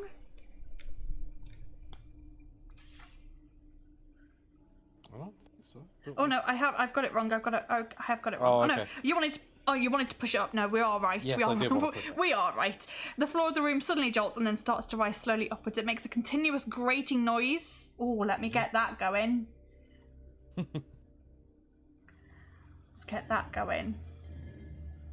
I don't think that's quite the right one, but that will Well, work. that sounds That's pretty. fine. That sounds It perfect. makes a continuous grating noise and you begin to panic as the floor nears the ceiling. You're soon forced to lie down. You try wedging your sword between the floor and ceiling, however it snaps like a twig, and less than a minute later, you are crushed to death. No one has died like that before. No one this season Well, has died it's like fun that. to be original, okay? That's the first time that someone has died like that. Crushing death. A crushing death. Well, that was a good one. That was a good one, but you didn't manage to reach another save point. So, No. unfortunately, we are going back to where you defeated the Strider the first time, which means that you'll come back with a skill of 12, a luck of 8, and At one least I ring. know not to open that damn box. And what No. was my stamina and luck, sorry? Your stamina will be full now. Your luck is Okay. 8, and you had And my one luck is ring. 8. Oh. Yeah. We are going to go back to page 19, and I just need to amend the timer because we are going back to 33 minutes. Oh man, I've just lost 15 minutes. Yeah. Oh man. Sorry. And 17 seconds. Oh, that sucks. But this is your final life now. So you basically have 2 hours. We've got 2 hours left to go. Because I need to finish by about 5:30 and it's 3:30 now. Yeah, So don't you've got, worry, you're going to finish before that, bud. Don't worry. I've got plenty of time to change my outfit a million times and do whatever I want with my Literally, hair. You're going to be able to. You're going to have plenty of time. You're going. No, I picked my outfit already. I've already done my makeup and I've even got my earrings in because I couldn't get them in, and I was like, well, now that they're in, I'm gonna leave. Yeah, them. but in a minute, in about 25 to 30 minutes, you're going to feel really silly doing all the prep before the stream when you realise that you've still got an hour and a half to get ready before you got to go out. Yeah, that's fine. I can probably walk there instead of driving. Shut up. Have we got enough time to walk there? Okay, let's Oh, go back man. to page 19. After you just defeated the Strider, okay. How long did Misty X last? I can't remember actually. Longer than this. She made it a fair while. She got past the first trial master, I can tell you that. I think her longest time was 1 hour 14 minutes and 26 seconds. But she ultimately was eliminated. And yeah, Pirate Cat, it would be over if you hadn't donated. It really would. And it would have been... It's super humiliating, really, because I probably started out with the best stats out of nearly anyone in this whole series. Yeah, I don't think anyone has started with a skill of 12. Yeah. So, Damn. okay, but now this is the bonus life. So usually when people reach the bonus life, they're really smart. And they tend to last quite a bit long. Unless you're Dana Rex, who literally lasted 5 minutes on her bonus life. I like Dana Rex. Don't you mean it? Oh, no, but the way she died was hilarious. She bet. Well- she tripped over during the race and sprained her ankle and was shot. Oh, man. Twice. Oh, no. Not just once. Oh, wow. Twice. She got a bonus life and did the exact same thing again. Oh, no. Yeah, Oh, that's poor. pretty hilarious. Oh, jeez. But yeah, I do. Terrible. I mean, the thing is, after that stream, we probably chatted for about 2 hours, so... Well, me and you can talk shop about a certain subject for ages, can't we? We So- definitely can, but not today. No, not today, Not but like we today. could. We could. We could. Okay, stats don't mean anything if you make all the wrong choices. Case is right. Case Case is that's- 100% right. I've got all the stats in the Yeah. world and I've still died twice in this damn thing. Right, let's get on with it then. So the Strider has no possessions apart from a bone medallion hanging from his neck. Do you want to put it on? I'm I'll assuming take it. so. Yeah, page 70. Nothing strange or untoward happens after you put the medallion on. You look around and decide that the best plan is to climb back up the rope to page 328.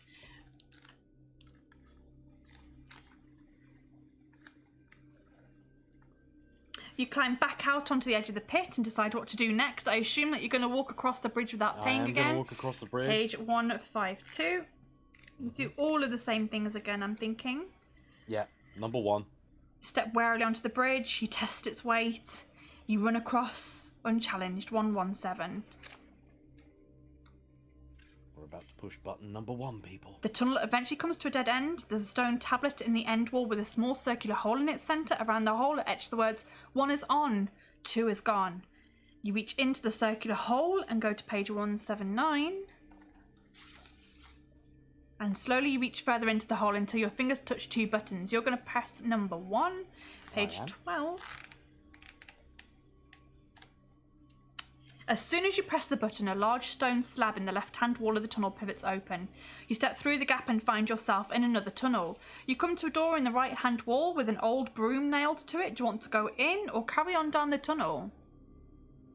We'll go in. We'll fight the bats again. Yeah. 246. As soon as you open the door, you are met by a blast of warm air. Chloe says I've got to head off. Chloe. No worries. Thank you so much for being here. See you later, hon. I'll catch you soon. Bye, Chloe. Thanks for popping in. For a second, you think it's a trap until you see a huge fire burning under a simmering cauldron in the centre of a small room. An old woman is dropping rats, slugs, maggots, and centipedes into the cauldron and appears to be enjoying herself. I assume you still want to go in? Oh, yeah. 186. The old crone looks up, cackles an evil laugh, and then throws some dust on the floor. A cloud of smoke rises up and the old witch vanishes. Suddenly there's movement above you and you have just enough time to draw your sword as 2 vampire bats swoop down to attack. Skill of 5, stamina of 5 and 4 respectively. Same thing again. Let's get into battle. Here we go. Here we go. Imagine if these guys take you out. No. No. That won't happen. I rolled You need a to 10. roll 10 or you need to roll 10 or higher to like have a chance. Yeah, well, no. I just 10 total. That's a no. But you do take 1 damage. I take 1 damage. Yeah. Absolute shit. A 9 from me. Yeah, I take 1 damage. And a grand total of 9 again. No. Okay. Okay. Right, I haven't had to roll any dice to fight these bats. No. Yeah? Second one has a skill of 11. Sorry, a skill of 4, but it has rolled an 11. That's a no. Awful rolls today. Awful rolls. I know. Oh, finally, something good. 13. 13. So I've got to roll 1 or higher in order to like draw this thing. Okay. Oh, Yeah. can I do it? There we go. 17. Amazing. There we go. Fantastic. Fantastic. It's done. I love it when the battle ends just as the battle music comes to a natural finish. Okay, if you win page 142. Okay, make smart choices. Ask the audience. Do that. Ask the audience if you need to. Here we are again. They're not going to help me. Here we are again. You decide to add your own ingredients to the witch's brew by dropping the vampire bats into the cauldron in the hope of poisoning her. All you need to do to reach this safe point is make a smart choice. You look around the room and you find a polished wooden box with a face carved into it, a face which you recognise. It's that of the dwarf who entered the dungeon before you. You also find a file of red dust inside an old book. Do you want to open the wooden box, throw some dust on the floor, put the file in your belt pouch, or leave the room and continue along the corridor? I'm going to take the file and put it in my pouch. Page 300. No, Cat. When I lose this, it's all on me. I don't want to like have the audience as an excuse for me losing this. There's nothing else of interest in the room, and despite your hunger, you refrain from helping yourself to a bowl of the bubbling brew. Yeah. Do you now wish to open the box or leave the room? Leave the room. Excellent. And continue up the corridor to page 346. We've reached a save point. Hooray! Save points are actually useless at this point, I've just realised. But, You know, it's nice to track it anyway. No, it is, and I agree, but like, yeah. Okay. I mean, I could just track them as we go and not pause, so I think that's what I'll do going forward. 3, 4, Fair 6, let's go. The only way I can help is by re-rolling Vicky's dice, and there hasn't been much need to do that yet. No, there really hasn't. My dice have been terrible today. You soon come to another doorway in the right-hand wall. Nailed to the door is a small bird, long dead and shriveled. Do you wish to open this door or continue along the tunnel? Open the door. Page 59.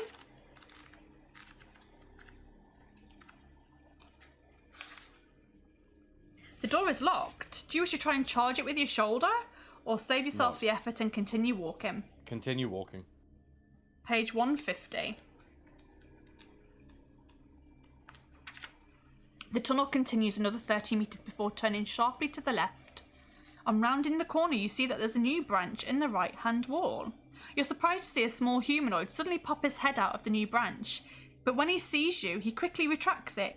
You call out and give chase, but by the time you reach the corner, he's nowhere to be seen. But you decide to walk quickly down this new branch of the tunnel in the hopes of seeing him again. Page 287.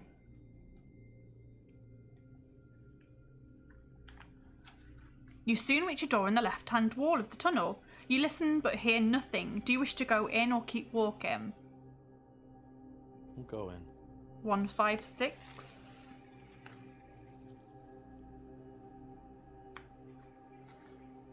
The door opens into a narrow, gloomy corridor, at the end of which you see a stone plinth with a large glass dome resting on top of it. 4 black candles are burning on each of the corners of the plinth, illuminating the dome with an eerie glow. As you approach, you see that there's a tiny man trapped inside the dome, jumping up and down, trying to attract your attention. He looks like this. Aww. He looks evil as hell. The man is no more than half a metre tall. You notice that his ears are pointed and he has a wispy grey beard. He gestures to you to lift the glass dome. Do you decide to do as he bids or walk away? We're gonna walk away. Bye! You are fucking sus. Yeah. Walk down the corridor and return to the tunnel. 222. I can tell you that as we are, we're not going to be doing that bit again. He was evil. He would have robbed you. And that would have lost me my ring, and that would have been the end of and the red dust as well. Everything in your pouch. Everything in your pouch would have disappeared. That was a wise choice indeed. Yeah, it was.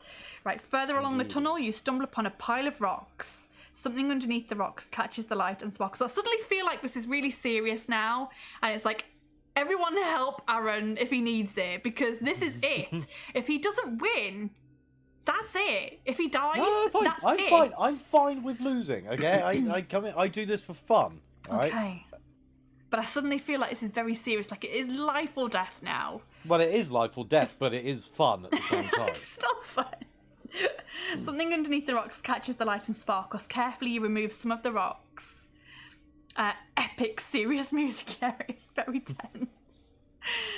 Carefully, you remove some of the rocks until you can see what is hidden underneath. It's a broadsword, finely honed and perfectly balanced. Do you wish to use this instead of the sword given to you by Lord Carnus, or leave it where it lies and continue your walk?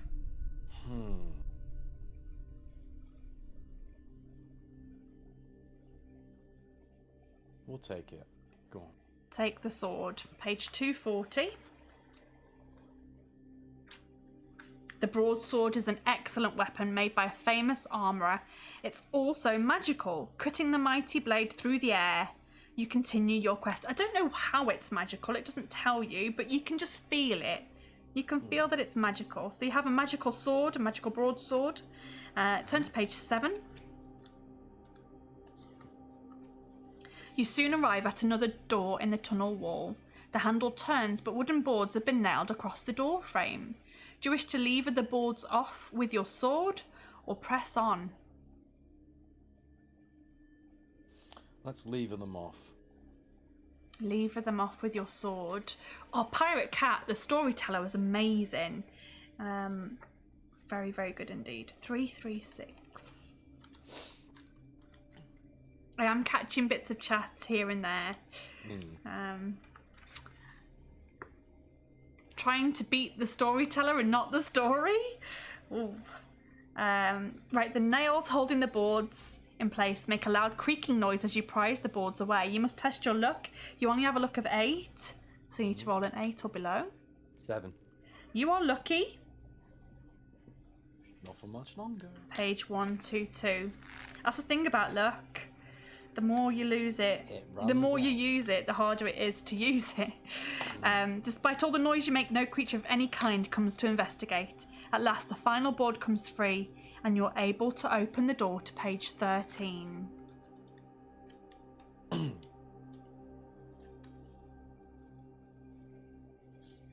You pull the door open, and you walk into a small room which has not been entered for years. A thick layer of dust covers everything, and cobwebs hang down like dirty old curtains. 2 skeletons' mouths hanging open lie half submerged in the dust, propped up against the far wall. One of the skeletons is pointing at the other. Here's what we're looking at here. So one of the skeletons is pointing at the other. Suddenly, the door slams shut behind you, and the pointing skeleton starts to speak. He says, "Brothers and sisters, I have none, but that man's father is my father's son. Who is he?" There's 4 options. You can run for the door. You can say that he's his grandfather, that he's his father, or that he's his son. So, brothers and sisters, I have none, but that man's father is my father's son. Who is he?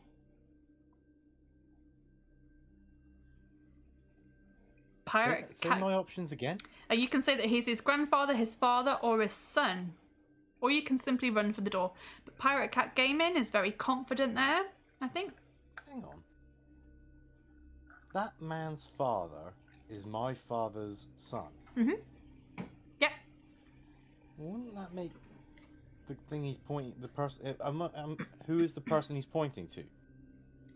Yeah. Who is that person that he's pointing to? That man's father is my father's son. Yeah, that's his son. His son. 371. Yeah. Let's see if you're correct. Has to be. It's either that or his nephew. That's not an option. Don't listen to me. Well, let's see. No, Kat, I think you're... And if you're wrong, I'm wrong with you, because that's the only one that makes any sense. And if it's wrong, I'm gonna tweet Ian Livingston today and chew him out. Shall we find out if you're correct? Yes, we shall. You are a wise challenger, the voice from the skeleton states without emotion. Your reward for passing this part of the test is in the drawer of the table. The skeleton's mouth remains open, but no more sound issues from it. You look around the dark room and you find a small table with a drawer. Carefully you slide the drawer open and you find a small iron key inside. You drop it into the pouch on your belt and you leave the room and continue along the tunnel. Hooray.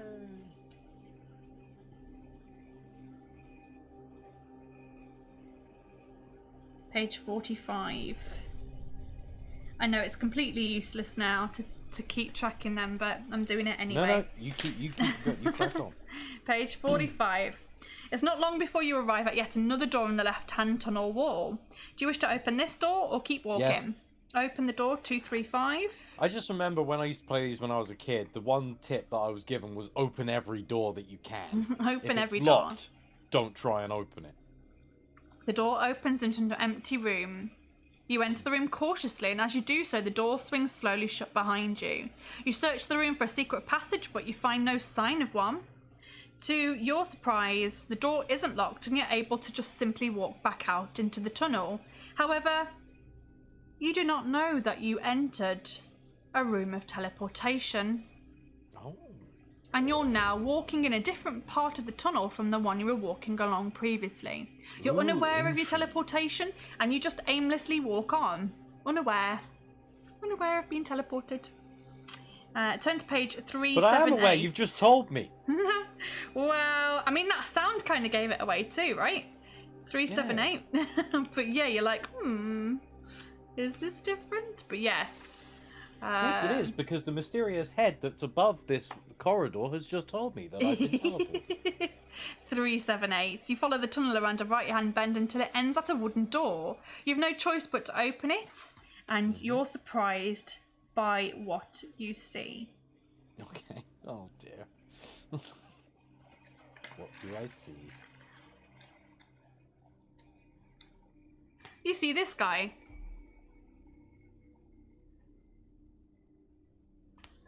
Sitting cross-legged in the middle of the room is a fat, bald man. He sits motionless and holds a bamboo pole between his outstretched hands. Half a dozen coloured wooden blocks are hovering in a circle in mid-air above him. The man's eyes are grey and blank, and he is obviously blind. The room is sparsely furnished with a slatted wooden bed, a cupboard, and a large wooden chest which has pride of place in the centre of the floor. Welcome, contestant number 2. I have been waiting for you. I am Noi, a trial master, and a servant of Baron Succinvit. My duty is to test you in 3 ways before allowing you to proceed. Are you ready? And I'm going to switch the ambience just slightly because no one's actually used this ambience. So I'm just going to use it now because... Why not? Why not? It's the last episode. Yeah. Let's turn on the magic room sound. I like being the last one. The last one. You get all the special treatment. I know. I get. Like, it's so much different. It's like I'd imagine being the first one. There's no pressure. Being the last one, there's all the pressure. But now you get magic room music. I do. My duty is to test you in 3 ways before allowing you to proceed. Are you ready? Do you wish to obey him or attack him? No, I obey him. Obey the Trial Master 369. The 3 things I am instructed to test you in are strength, intelligence, and fighting ability. Should you fail any of these tests, you will not be allowed to continue in the Trial of Champions. We insist on a worthy winner. The first test will be a tug of war against a caveman. A door behind the Trial Master opens and a huge man with long hair dressed in ragged furs strides into the room. The Trial Master taps the floor in front of him, and then the floor drops away to reveal a dark pit. He then orders the caveman to fetch the thick rope and tells you to take the strain with one end and pull it tight over the pit. He then shouts, "Heave!" We've got to do contested rolls against the caveman. He's got a skill of 7. You've got to resolve it exactly like you would in battle. Okay. But if you win 4 attack rounds, then you win the tug of war. So I'm going to put some battle music on because why not? We're going to have a tug of war with a caveman. A 16 from me. An 18. Okay, you've won 1 round. Oh no. A 12. Carry on. Carry on, as you were. Oh no! Oh no! A die has dropped! It's a 6! It's a 6! And a 4. So 17 from me. 14. Oh, I won 1! I won 1. Oh, 16 from me. 17 from me. You've won 3, so it's 3-1. And a 17 from me. Yeah, I'm good. 22. Oh, you've won!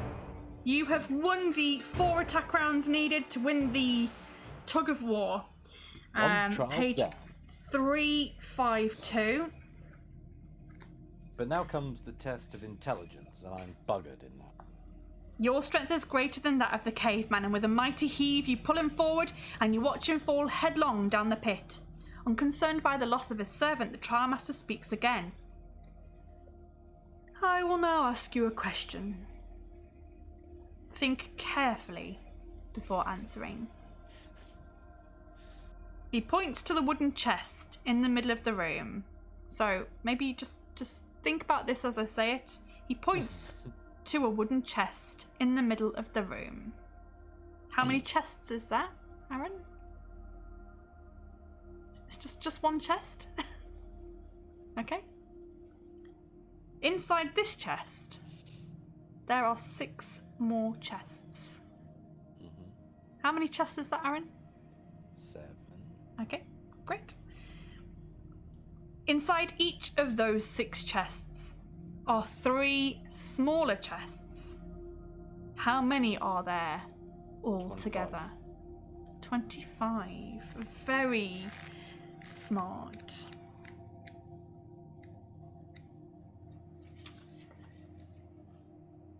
The Trimaster remains silent for a moment and then says slowly, "You have passed the second test. But now comes the final part. The fight. Combat. With me." And Misty X. No, you can't go last next time. That is my position. Okay, I hereby reserve every last round that I ever of every series I take part in. It's the way it works. Really is. I do really get the final say, though. So... I know. I know. I'm not even sure there will be another season. Really? Oh no. We'll see. We'll see. I haven't decided yet, but there will definitely be things. There'll be like specials, and there will be. I think I want to do like almost like a celebrity all stars, but not celebrities, but like we'll talk about this at the end. Fan favorite all stars.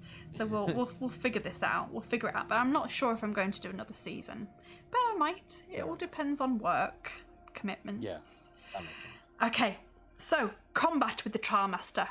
But we'll fight with bamboo poles and not to the death, but as a simulation of a sword fight. Any strike to the head or chest will be considered a death blow.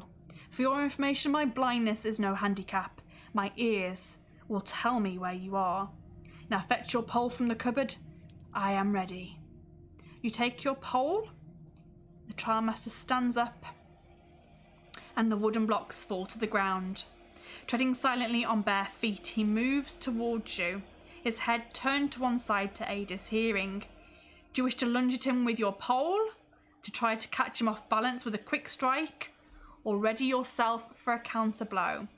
Ready myself for a counter blow. 204.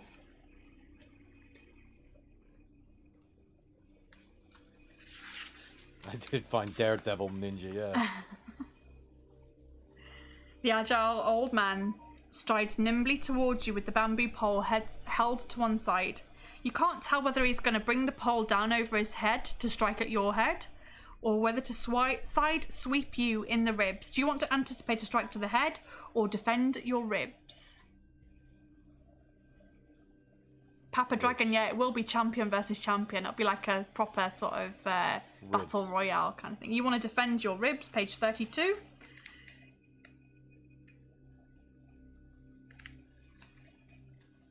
You anticipate the Trimaster's move. He brings the pole around in a sweeping arc towards your side, but you block it with ease. His pole strikes your own with a loud crack.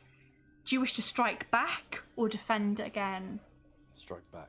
Strike back. 239. Are you skilled in the ways of the martial arts? I did some when I was a youngster. Is this helping you, do you think? No. No. You thrust your right arm forward in an attempt to strike the Trimaster's neck. He tries to counter your blow by bringing his pole up quickly across his body. His skill score is 8. You must roll 2 dice. 6. It's less than his skill score. 248. Easy blocks. Probably does, yeah. The One time I Trimaster roll a low number. reacts quickly and he blocks your pole.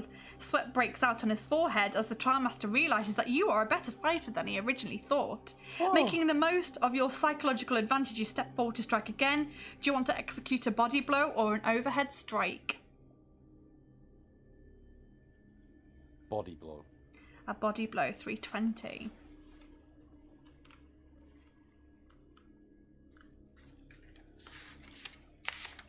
Trimaster anticipates your blow and blocks your pole with a sideways check. The poles crack together and your advantage is lost. With renewed courage, the Trimaster leaps in the air and tries to do or die with an aerial assault. You thrust your pole upwards in a desperate attempt to strike him as he lands on top of you. Roll 2 dice. 7. It's less than your skill score, page 140. The leaping Trimaster tries to deflect your blow with his feet, but you sidestep and strike him in the ribs as he lands. You let out a victory cry, delighted with your triumph against the odds in ritual combat. Turn to page 362. Good old 362. Amazing. 362. The trial master stands back, panting heavily. Once he's caught his breath again, he says, "You've passed the third test. You may continue in the Trial of Champions. You must walk through the dungeon. Leave this room through the door behind me." The old man offers you no words of advice or encouragement, and you leave his room. You open the door and you pass through the squalid sleeping area of the caveman and into another long, gloomy tunnel. You soon come to a stone fountain in the shape of a leaping fish. Do you wish to drink at the fountain or continue walking? Drink at the fountain. Drink at the fountain. Ooh. Malakisa says, "Wow, how fast was the first death?" Yeah, it was about 15 minutes in. Yeah, and then we had another one about another half hour in that pushed me back 15 bloody minutes. So, you are going to drink at the fountain, page 95. This is my favourite. Oh, yay. The cool water of the fountain is refreshing, but it has a terrible side effect. You may add a stamina point. You may add a stamina point, but deduct 2 skill points.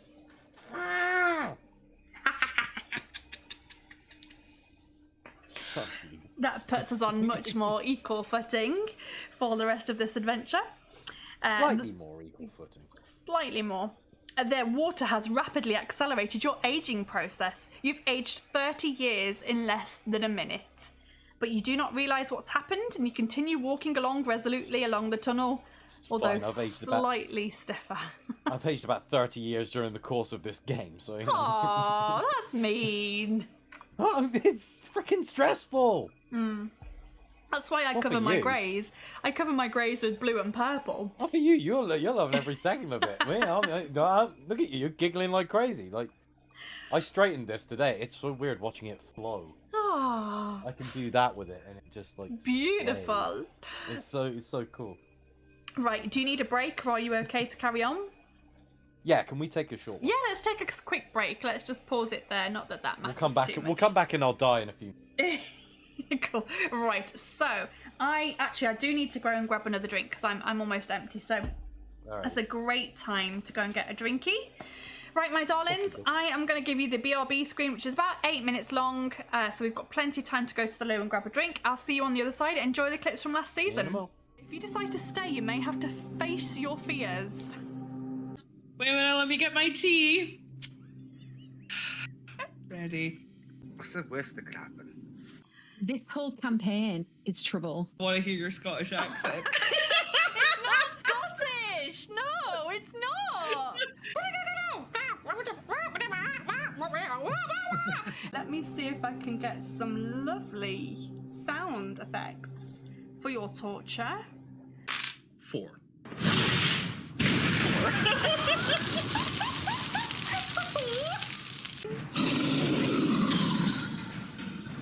Listen very carefully. I shall say this only once.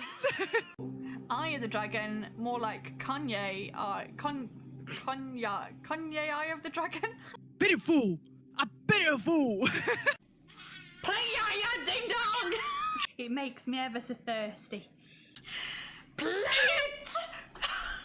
Need to drink, god damn it! Go on. You'll have some leaf paste, won't you, fathers? Go on. I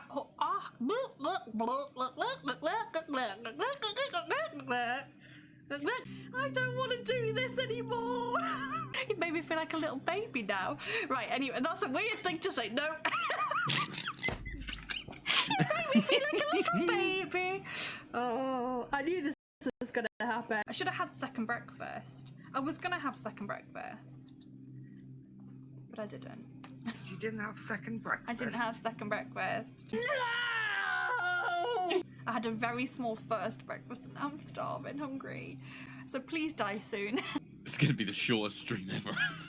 Would you like my wear this helmet, see if it's cursed. My curiosity got me killed twice. Let's get killed again. Okay, please die. Are you dead? Your adventure. No! Here. You're joking. Death. I love death. How is anyone meant to beat her? Oh, death, death, death, death, death, death, death, death, death, death, death, death. So much death, so much death. Woo-hoo-hoo! Professional killer at this point. Is that enough for you? The next creature I see, I'm just going to lay there and take it. I thought they were family friendly. I guess not. Quick, pull out your duck.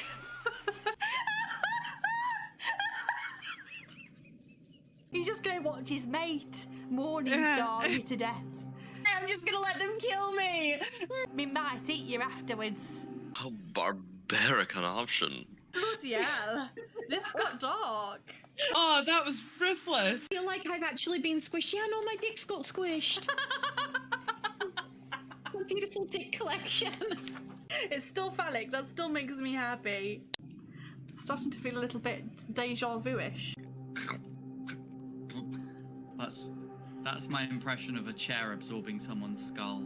Second death! Second death! Second death! Second death! Oh, that was horrible. That was horrifying. Who else thought that was going to be insta-death? I definitely did. I think things get a lot more tense after this point, so I'm very excited for that. There we go. I don't think I can roll that high. I don't think you can. Well, my carved wooden duck will come in handy, I know it. You take a step back to defend yourself, but you stumble on a large bone. Oh no. Is he single? Is he single?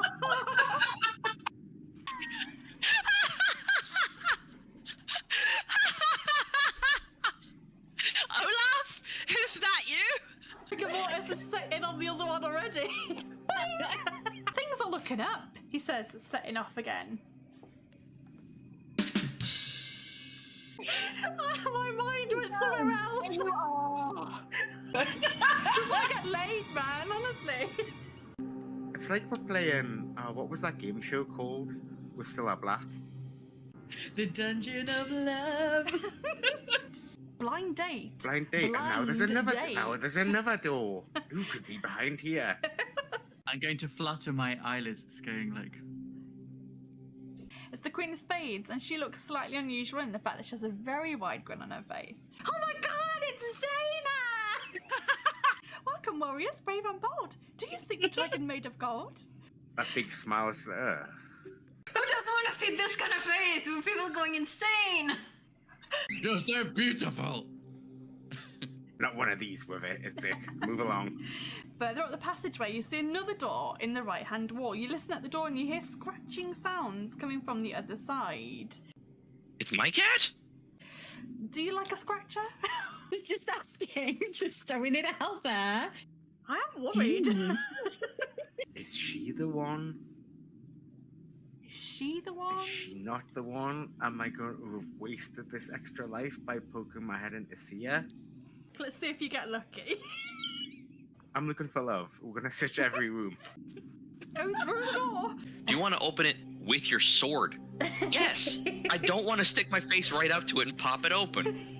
Does she seem like a legitimate, like, well-turned out character? Can I put him open, right, with my dagger and consume his heart for 2 more stamina? There's always a catch. I wanted the goblin's heart, but apparently that is off the menu. She needs a bit... I was going to say she seems a bit needy.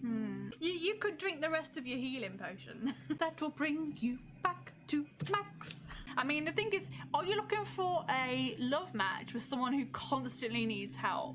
I'm just looking for love. I am looking for Or love. maybe you're just horny. Trixie, what are you doing in the book? A wizard's staff has got a knob. Is he the one? Is he the one? Let's find out. I think we can trust him. He has helped us so far, so let's have a rest in this place and, like, regain our strength. Yeah. Let's stay! Let's stay! Mm. Wow! You've chosen wisely. I believe we're going to talk to him. Talk to him!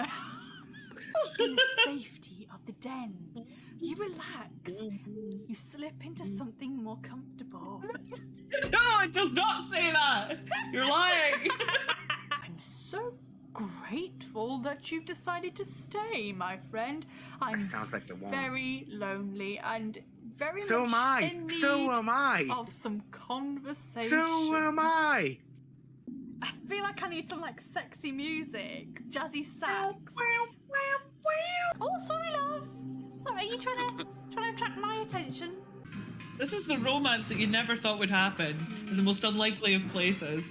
Scylla would be buying a new hat by now. Diddly-doo, I win, Vicky wins, diddly-doo, diddly-doo. Congratulations.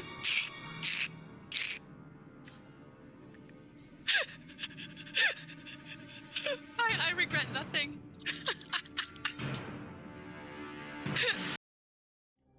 We're back. Well, I'm back. Right. Take your time.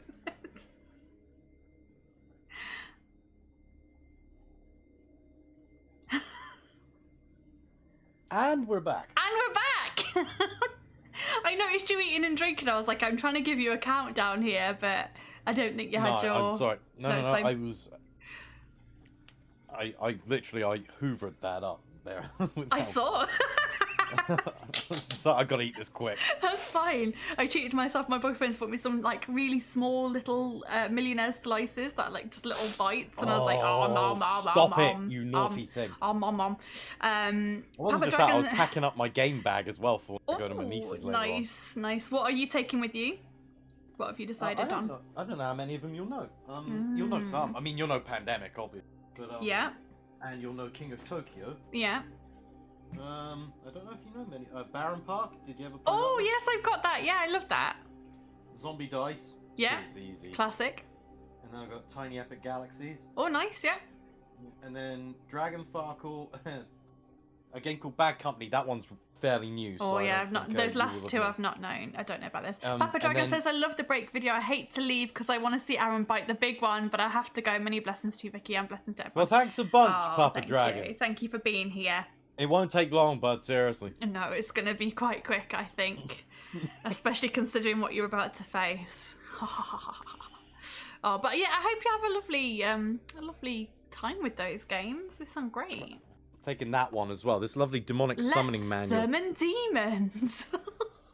Which I ripped the dice out of that box for this game, for this thing. Oh, and then Pirate Cat Gaming says Erroneous will win. Okay, stop it. Erroneous will not win. He's done. But come on, let's see what I'm about to face. Okay, let's have a little look, shall we? Let's get straight back into it. Thanks for sticking around during the break, guys. Hope you enjoyed the clips. I did notice myself in that. Of course. From the last season, God, I look like such an idiot with that outfit. No, I thought it was great. Misty X says, "Why do you think she's so confident discussing board games when she needs to leave soon? It's because you dead." No, it's good. It's all good. We've got over an hour. Got an hour and a half. Like an before hour and a she's gotta half leave. until I need to leave. So yeah. And I've already done my makeup and I just need to straighten my hair and put a dress on. But I've got my tights and my underwear and my undergarments ready to go. All of my undergarments are ready to go. I am flattered to know that you are wearing underwear. Well, now, no, buddy, I need to wear special underwear for this special dress. Yeah, sucky in pants and all of that. You ladies are really, really bizarre with your outfits. We are. Like, but Misty X gets it. I've got to wear the sucky in pants for this particular dress. You ladies really don't. No? Oh no, it looks better when I do. Is this like those Spanx type things? Not quite. I mean, yeah, pretty much. I've heard of those. They're I know not what those quite as tight as the Spanx. They've got some breathing room in them because I'm going to be eating, but they just smooth everything out. Anyway, where are you going for dinner? We're going to a place that I've never been. I think it's which is always a good thing. Yeah, well, the bride to be has picked it. But yeah, it's like a Moroccan kind of cuisine. Spicy. It will be spicy. So we've all had to. There's like 15 of us going, so we've had to pre-order our food. So quite excited. Quite excited by the food. Come on, let's kill me and let's get cracking. Let's get cracking. Right, we're on page 329. Soon you hear the sound of hooves clattering along the stone floor. The sound echoes down the tunnel, and then you see a shape emerging from the gloom. Seated astride a white skeletal horse is an armoured skeleton with a crown on its skull. Seeing you, the Skeleton King kicks its undead horse into a gallop and holds its sword aloft. You must fight the mounted undead. Edged weapons like swords and daggers do little to harm skeletons. So unless you have a hammer with which to fight the Skeleton King, you're only going to lose it to cause 1 stamina on a successful attack round. It has a skill of 9 and a stamina of 7, which means you need to hit it 7 times. 7 times. Yes. I Okay. can do that. Let's do I it. can do that. Okay. Remember, you have a skill of 10 now. You have a skill of 10. I know. Makes but I it can still do easy. this. Easier for maths. Okay. 18. I've rolled an 18 as well. Nothing happens. 18. Oh, rubbish. 13. So you hit it. Boom. but 1 it's down. 1 down. Also, Maliki, so I didn't welcome you in, but welcome in. Hope you're well today. 19. No, less than that. 15 from me. It's on 5 health. 17. 18. Ooh, So it hits that's- I you. take You take 2 damage. 2 damage. Alrighty. Is that the first proper damage you've taken? That is the first prop. First Well, no, I took proper. 3 damage. I took some damage from the bats. Yeah, that and doesn't I really took- count. And before, back in the thing, I got thudded with rocks, didn't I? Yeah, but this is But I like the got that first health back. battle damage. This is the first battle damage I've taken. Yeah. I got an 18. Oh man, I'm taking 2 more damage. 13. Pirate Cat says, does he still have a potion? I have a vial of red A powder. vial of red powder, but that's not But a I'm potion. not That's being not given- gonna help him here. I don't get the option of using it.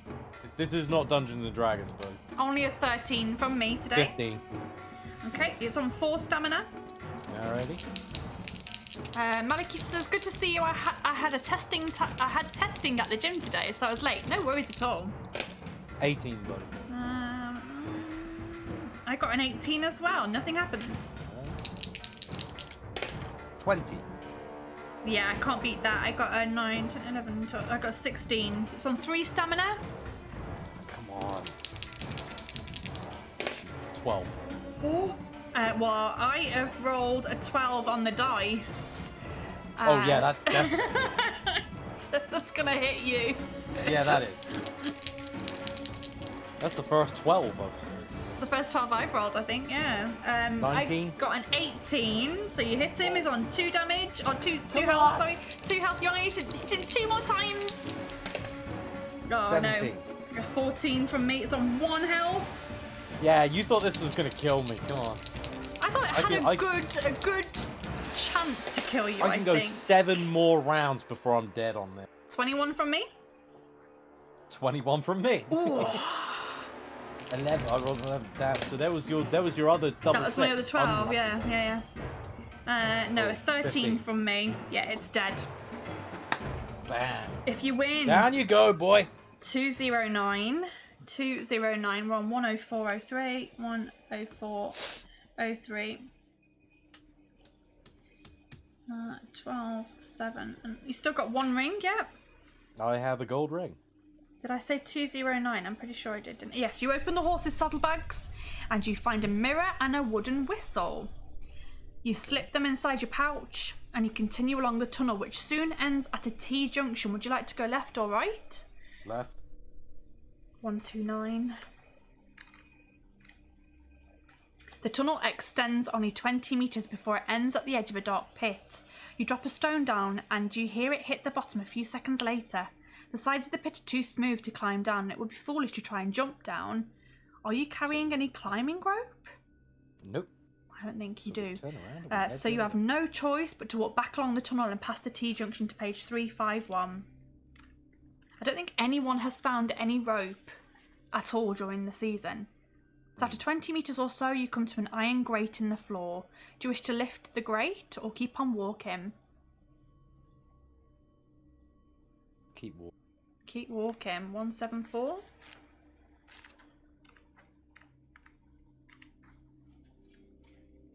think you're doing a grand job of speedrunning this, by the way. We're trying, aren't we?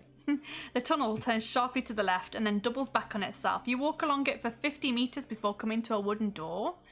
The lower jawbone of a dog is mounted crudely above the door. Do you want to go in or walk on? Go in. Go in. Page 26. And Misty X is now officially unaware of what happens. Yeah. Nice. As soon as you touch the door handle, you hear loud barking and growling. You push the door open and you see a vicious-looking two-headed black dog straining at a leash, fastened to a hook in the far wall of a small room. Its eyes are red and saliva drips continuously from its fanged mouths. The room is in a terrible mess with everything broken or chewed by the dog. However, on a shelf mounted on the wall behind the dog, there's a small metal box. Curious. Curious indeed. Curious indeed. Would you like to attack the dog, blow the wooden whistle if you have one, or close the door and walk on up the corridor? Let's blow the wooden whistle. Blow the wooden whistle. Blow the wooden whistle. 67. We'll see what happens. See what happens. That's gonna be the high-pitched note emitted by the whistle has a tranquilizing effect on the dog. It stops growling and slowly its eyes start to close. It flops down to the floor and is soon fast asleep. Yay! 217. You step over the dog, reach up to the shelf and take the box. You prise it open with your sword and find a copper bracelet inside. Do you wish to wear Where's all the rest of these rings? Do you wish to wear the copper bracelet or leave the room and continue without it? We'll wear it. I had to fight a dog to get it. 317. As soon as you place the bracelet on your wrist, your arm feels weak and starts to shake. The bracelet is cursed and is unable to be removed. Lose 2 skill points. Alright, now I'm officially dead. Imagine if you hadn't taken that +4 at the start, though. You'd be fucked. I would have been fucked when we arrived at the I would have been dead long before this. So you're now on a luck of 6 as well, because you need to lose a luck point. There's nothing you could do except leave the room and carry on as best you can. Bad Shadow Man, what's up? How you doing? Good to see you. Do you have to collect all the rings to win? Pirate Cat, yes you do. If you don't collect all of the rings... Now I'm not going to win. You can tell me how many there are actually. No, you still have a chance of finding them. Okay. You still have a good chance of finding them. There's nothing you can do except leave the room and carry on. 379. You still have a good chance. If you die, I'll tell you how many you needed. Okay. The tunnel continues straight ahead until it ends at a T-junction. Do you wish to go left or right? Left. Page 162.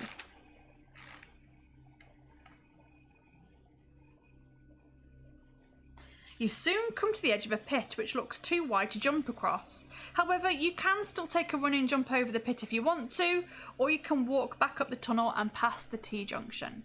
Okay, let's go past the T-junction. Page 251.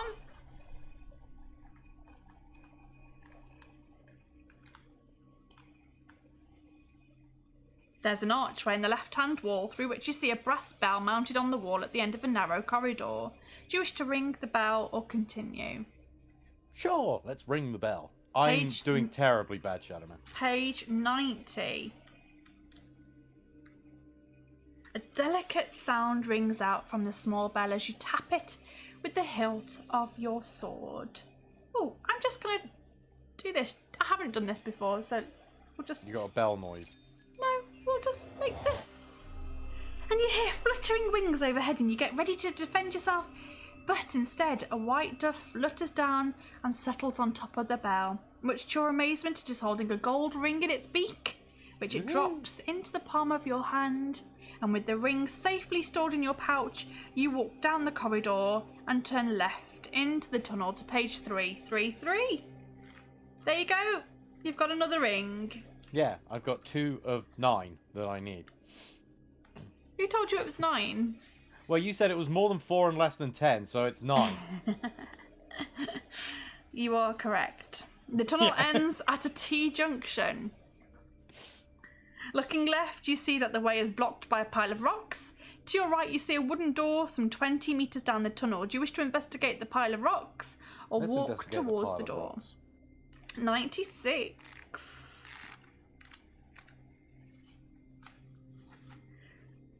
That's got to be a reference to Lord of the Rings. 9 rings given to the race of men. You pull away a few rocks and see that there's actually a door behind there. Do you wish to spend some time clearing away the rocks so that you can open the iron door? Or would you rather leave it alone and walk to the other side of the T-junction? Let's clear it and open it. Why not? 215. It takes about 20 minutes to clear the rocks, but eventually you do, and you turn the handle of the door and shove it with your shoulder.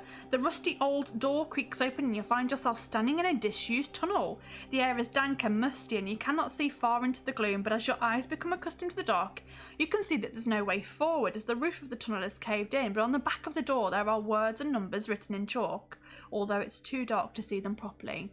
Do you wish to fetch a torch from the main tunnel so that you can read the words and numbers, or forget about the derelict tunnel and walk to the door on the other side of the T-junction? Read the words and numbers. 394.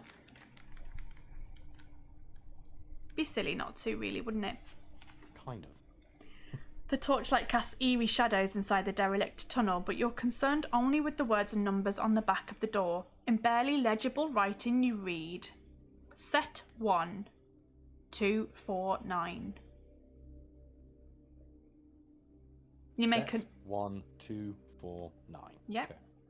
You make a mental note of what you've read and then walk out through the door towards the door on the other side of the T-junction. Hey!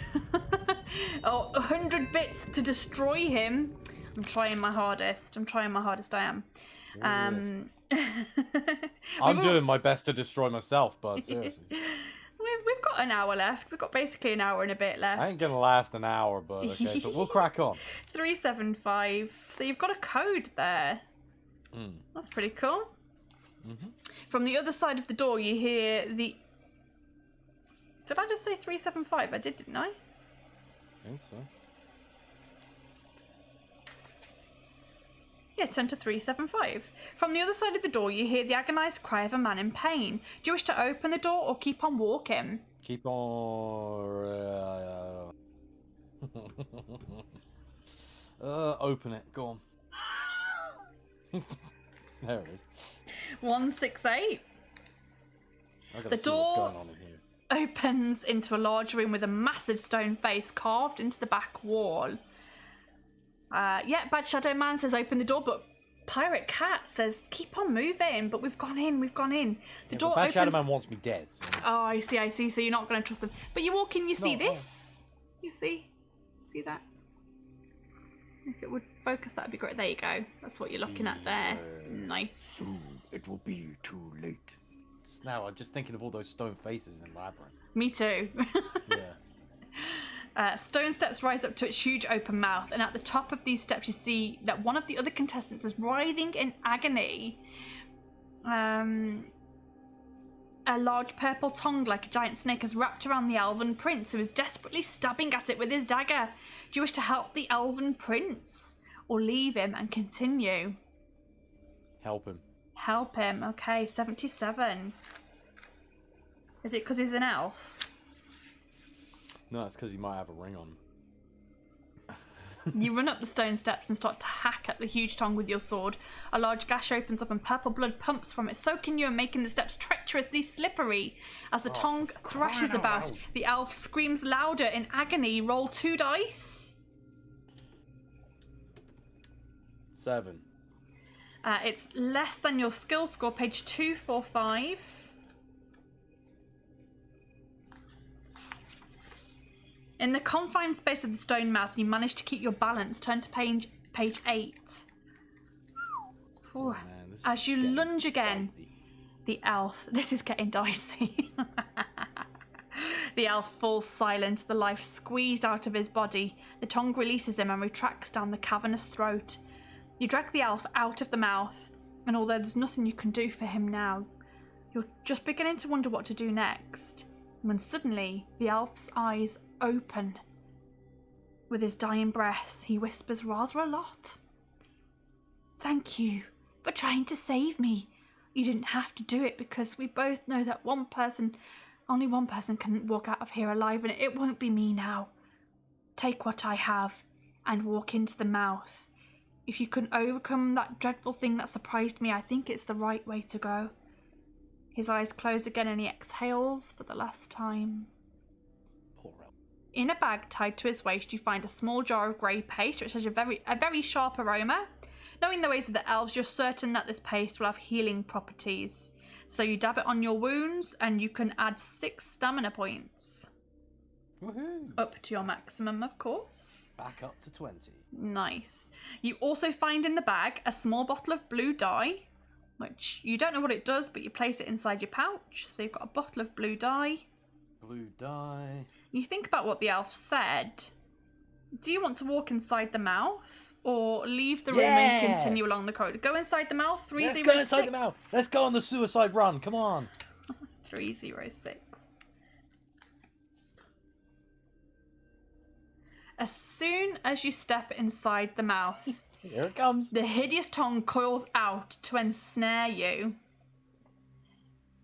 But you are ready with your sword. It has a skill of 5, stamina of 6. We're in battle. Okay.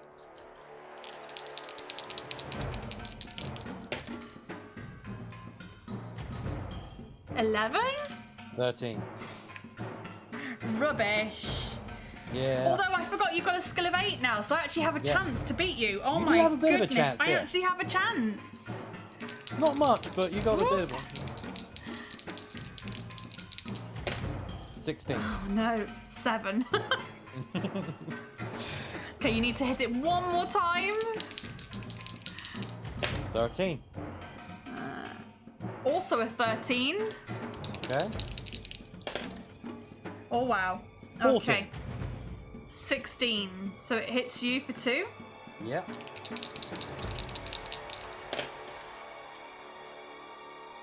An 11. 19. Okay, it's dead. Yeah. If you win, birdie. page 85. As you climb over That the... only applies in D&D, not these games. Vicky is here to kill us. But try and have fun doing I it. thought the narrator was supposed to help the player survive, not actively try and kill the warrior. No, this is different. No. I take great The narrator pleasure. wants you to die. Oh yes. The narrator takes great pleasure in watching everyone die. When Colleen won, Vicky was probably excited, and then as soon as the show was over, Vicky was... Yeah, but you know what? She won, and then she had to fight someone else afterwards. Oh, really? So she didn't. So she did win, but it wasn't like an easy win. So that made me happy that it wasn't an easy win. No. Oh, Misty X says she laughed at my corpse. The beautiful face of a killer. No, thank you. She laughed at my corpse last year as well. I laugh at everyone's corpse.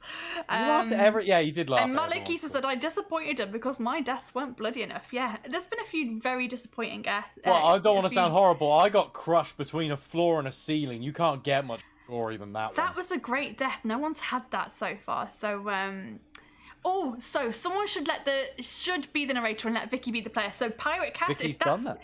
I have done that. So my boyfriend got to torture me last season, and I dressed up for the occasion. I was in cosplay as Elspeth the Wise. So you can go and check that out. I did that last season. It was really good fun. My boyfriend got to kill me, and I was a bit of a sore loser. I didn't win. No, I didn't. I was a bit of a sore loser. I was like, just let me finish it. I just want to finish it. Is evil.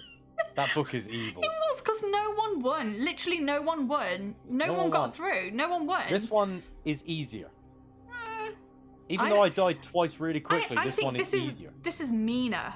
This is definitely meaner. Yeah, but this one is only mean for the first time you play through it, because you will remember where you die in this one, because there's a lot more instant deaths in this one. The monsters themselves seem to be somewhat more forgiving. I mean, there's just a lot of them. Yeah. There's just a lot. It's very battle heavy. Right, let's see what happens to you, shall we? You climb over the bleeding tongue and you see that the steps descend a long way down. You can just make out the faint voice of a girl singing. Do you wish to go down the steps to investigate the song or walk back out into the tunnel? Okay, let's go and investigate. 364. It could be karaoke. 1, 2, Freddy's coming for you. It's not far off. No, it's not. It's really not far off. When you said you hear the voice of a young girl singing, that's what I hear them sing in my head. Oh, no. At the bottom of the steps, there is a large cave which is partly submerged in gently bubbling water. Steam rises into the cold air, and you can see a tunnel exit in the far wall. Sitting on a rock in the middle of the underground lake is a beautiful woman who sings a magical song. She's a siren. Yeah. One of a human-like race of evil seductresses. I think if I could be any mythical creature, I'd be a siren, for sure. I was in Specsavers yesterday getting my glasses adjusted, and the lady was like, "Oh, I love your hair, you look like a mermaid." I was like, "Thank you." I'd definitely be a siren, for sure. Okay, her song is intended to lure you to her, so that she can draw you in and slay you with her long knife as a sacrifice to her gods. Roll 1 die. It's based on a die roll. 4. Turn to page 203. You cover your ears and you scream at the top of your lungs and shut out the siren song. You manage to run through the cave and out into the tunnel beyond. Page 21.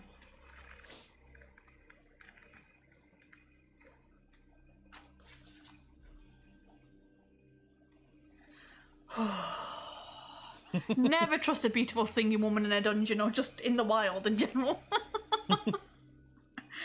Did I say 23?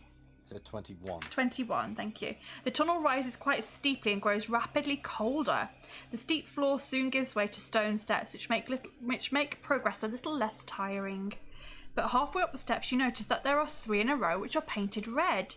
Do you wish to carry on walking up every step or avoid the 3 red steps? Avoid the 3 red steps. Page 50.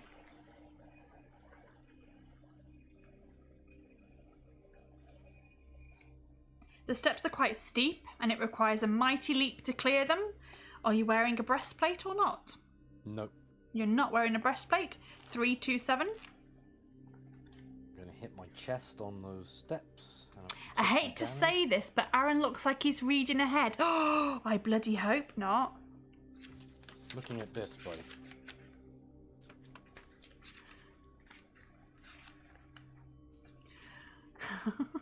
Well, last time he actually had a copy of the book. I did have a copy of the book, and last time he had a copy of the book. I bought that purely so I could do a gag at the beginning of the episode, but I can't afford to do that every series, so you know. I forgot to say as well, like, if you win, you do get to win a brand new copy of the book. So shiny. That is nice. It is nice, isn't it? I'm sure Colleen will be enjoying that very soon. I'm sure you won't feel the pain of the postage too. If it's Sweden, gone up. isn't it? It's the Netherlands. So Netherlands, beg your pardon. Yeah, it was pretty much the same place. Probably going to be about the same postage. Yeah, they're all the same. They all look the same to us. By Shadow Man says, how many people have survived? Only 1. One. So if I die, this is the 12th episode. This is the 12th episode of the season. It's the final. And only 1 person has made it so far, which was Colleen. So you clear the 3 steps of these and you walk up the remaining ones to page 141. The red steps actually were good. Oh, okay. Yeah, but you avoided them. You walk through a stone arch into a level tunnel, and after walking some 30 metres you come across a row of clay urns, each the same size and pattern, lined against the right-hand wall. Do you wish to look inside the urns or leave them and walk on? Look inside them. Look inside them. Page 208. No, Pirate Cat, if no one wins in a season, Vicky keeps the... I just keep the book. Vicky gets to keep it. Yeah, no one wins. And no one wins. The The first It's only happened one season. only happened in one season. So someone won Death Trap Dungeon, someone won Eye of the Dragon. Oh no, someone won Forest of Doom. That was Colleen that won that one as well. No one won Eye of the Dragon. Now I'm starting to think it's rigged because Colleen's won twice. She made this look so easy. Yeah, I know, and I really part of me. The minute I found out Colleen had won it, what I really wanted to do was I wanted to go back, watch that episode, write down every single thing she did, and cheat my ass off to win it. But a little birdie on my shoulder told me not to do that. And that birdie's name may or may not have been Misty X. You can watch it after. But I think you're very much on the same path as Colleen. The first urn is empty, as is the second, but the third one contains a purple cloak. Do you want to put the purple cloak on? Look in the fourth and fifth urn. Put it on, yeah, okay, 53. Yeah. 53. God, let's kill. Oh, I want to die in a fun way. The cloak is made of a special material which has fire-resistant properties. You can add a luck point. Add a luck point. Okay. Yeah, back up to 7. You now have a fire-resistant cloak. To be fair, she won because she spent 20k channel points. Yeah, she did spend her own channel points to give herself +2s and rerolls and things like that. So. Right. Yeah. Do you now wish to look in the 4th and 5th urns or leave them and walk on? We'll look in them. 147.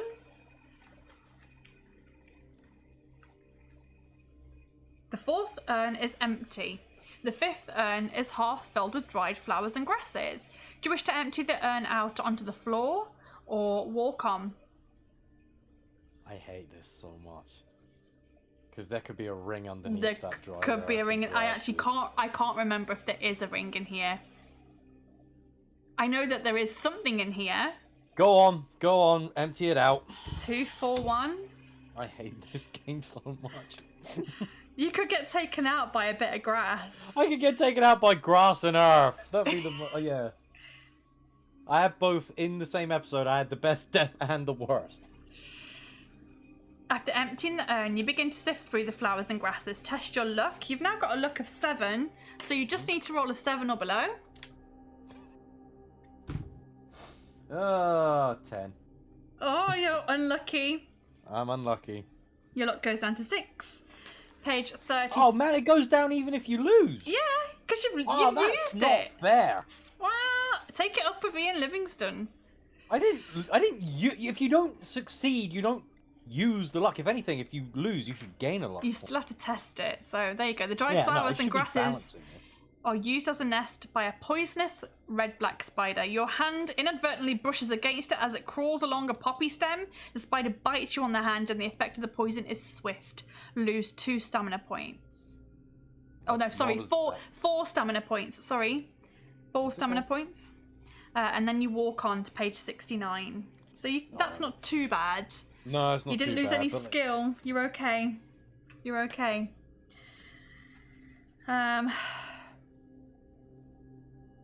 I'm not gonna lie, I'm more scared of the instant deaths than I am of the monsters. 20 meters further along, you come to another door. The door is painted black, and it has a large brass ring as a handle. Do you wish to open the door or keep on walking? Yep. Open the door. 182.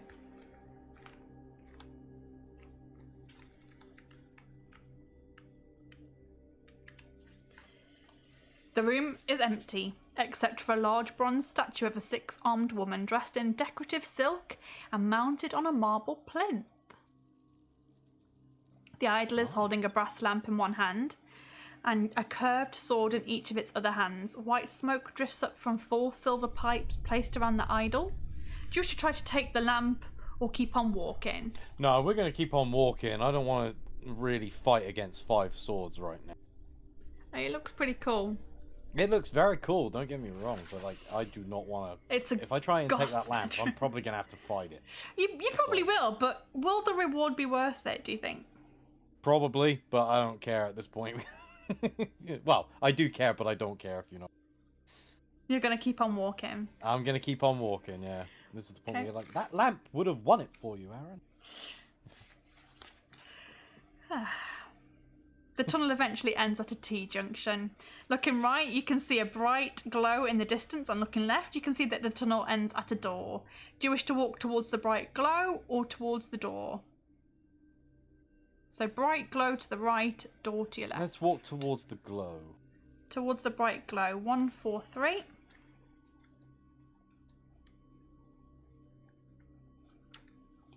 That's saying that the lamp would have teleported me to all the rings. I don't think so, somehow.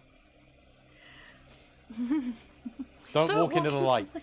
I can't help it. It's so beautiful. The tunnel ends at an archway which is mounted with dragon heads made of iron. Flames shoot out of their mouths continuously, making a wall of fire across the archway. Do you wish to run quickly through the archway or walk back? Well, I have a fire resistance cape, so I'm totally going to run through that archway. Yeah, let's run through. 370. Keeping your head down, you run through the archway as fast as you can. Are you wearing a purple cloak? I am. Page 16. The heat from the flames is intense, but the fireproof cloak protects you completely. Once through the archway, you find yourself... Oh, thank you for the bits again. Burning ring of fire. I'm trying to kill him. I really am.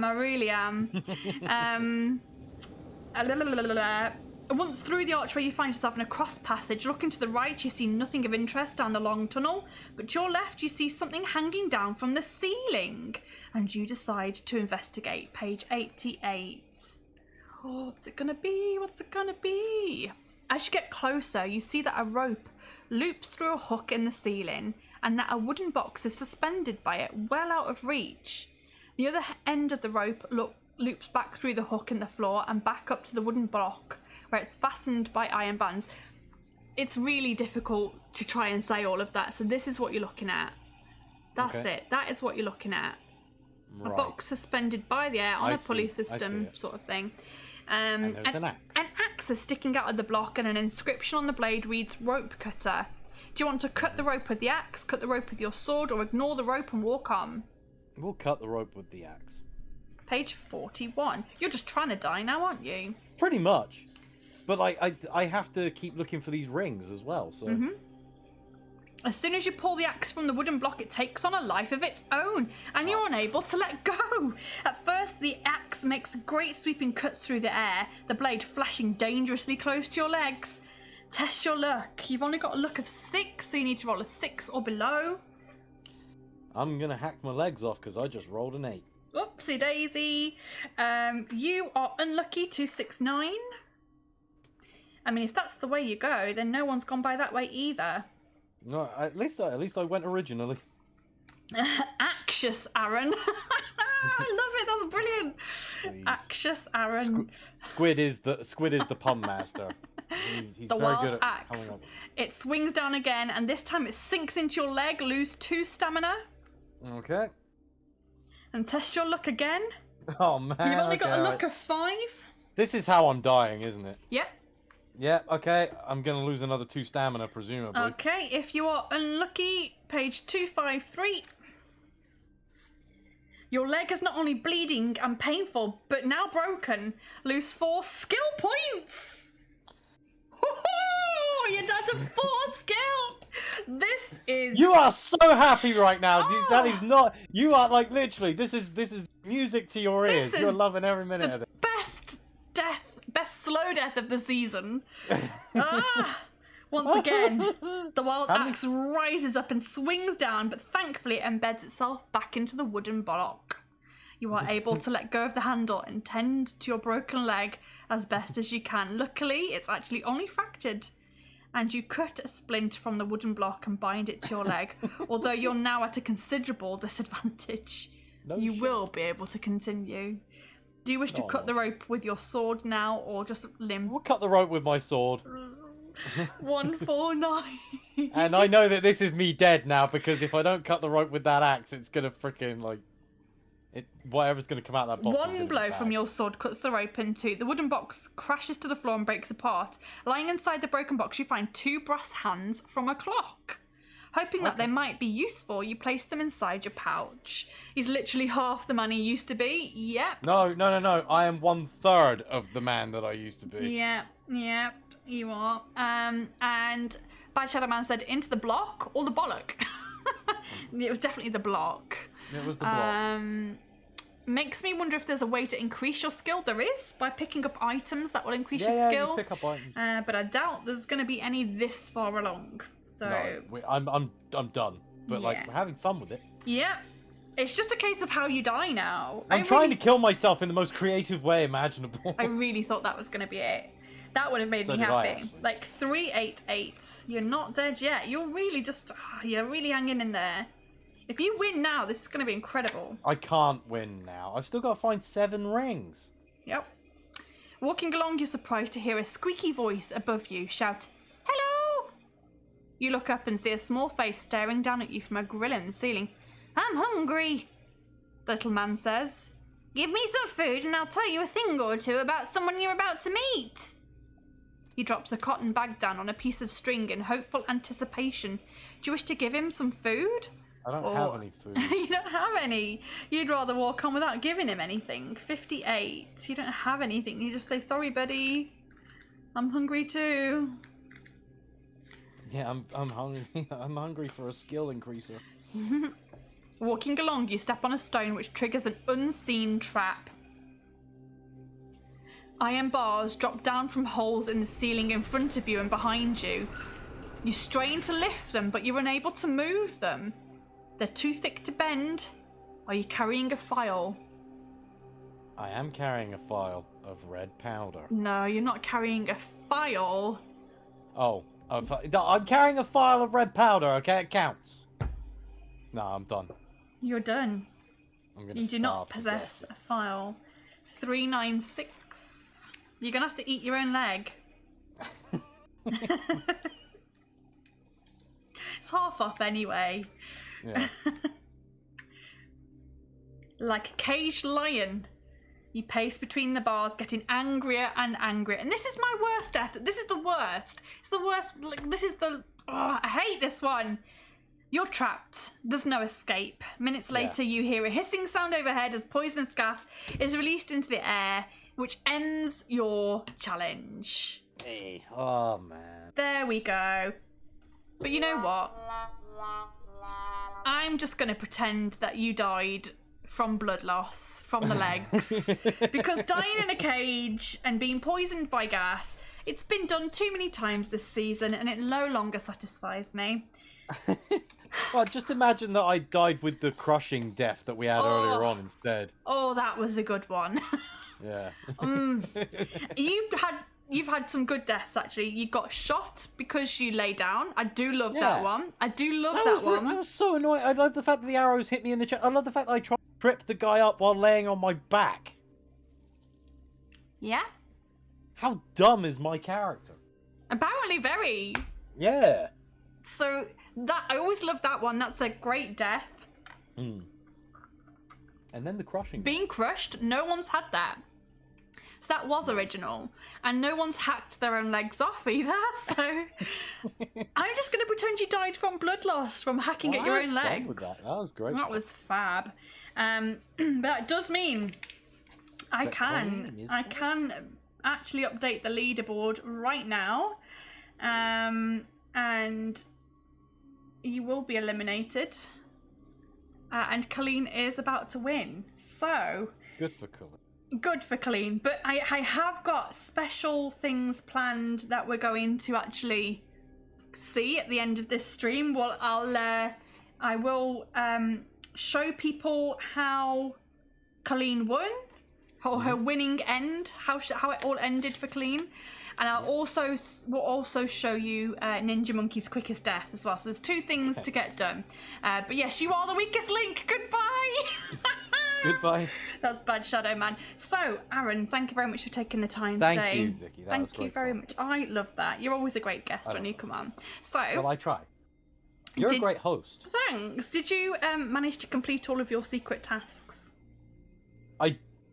No, because I forgot to flip you off. So never mind. I genuinely forgot. But I caught you flipping me off. So you know, I'll take that. That's a win for me. Oh, I'm so glad that I got that in. Right. So before I let you go, Okay. would you like to remind everyone who you are, where they can find you, and what you do here on Twitch, and I'll give you a shout out. Okay. Well, my name is Anxious Aaron, and I play mostly roguelike games on there, and I usually get quite incredibly frustrated doing so. So it's usually a hilarious time. Find me at the shoutout spot, and also I'm on Instagram if you come and find me on. I'm friends with Vicky on Instagram, so if you're friends with Vicky on Instagram, and let's face it, you are. You better can find me. Yeah, you can find. You should be. You should be. You can find me regularly commenting on Vicky's posts whenever she posts about board games.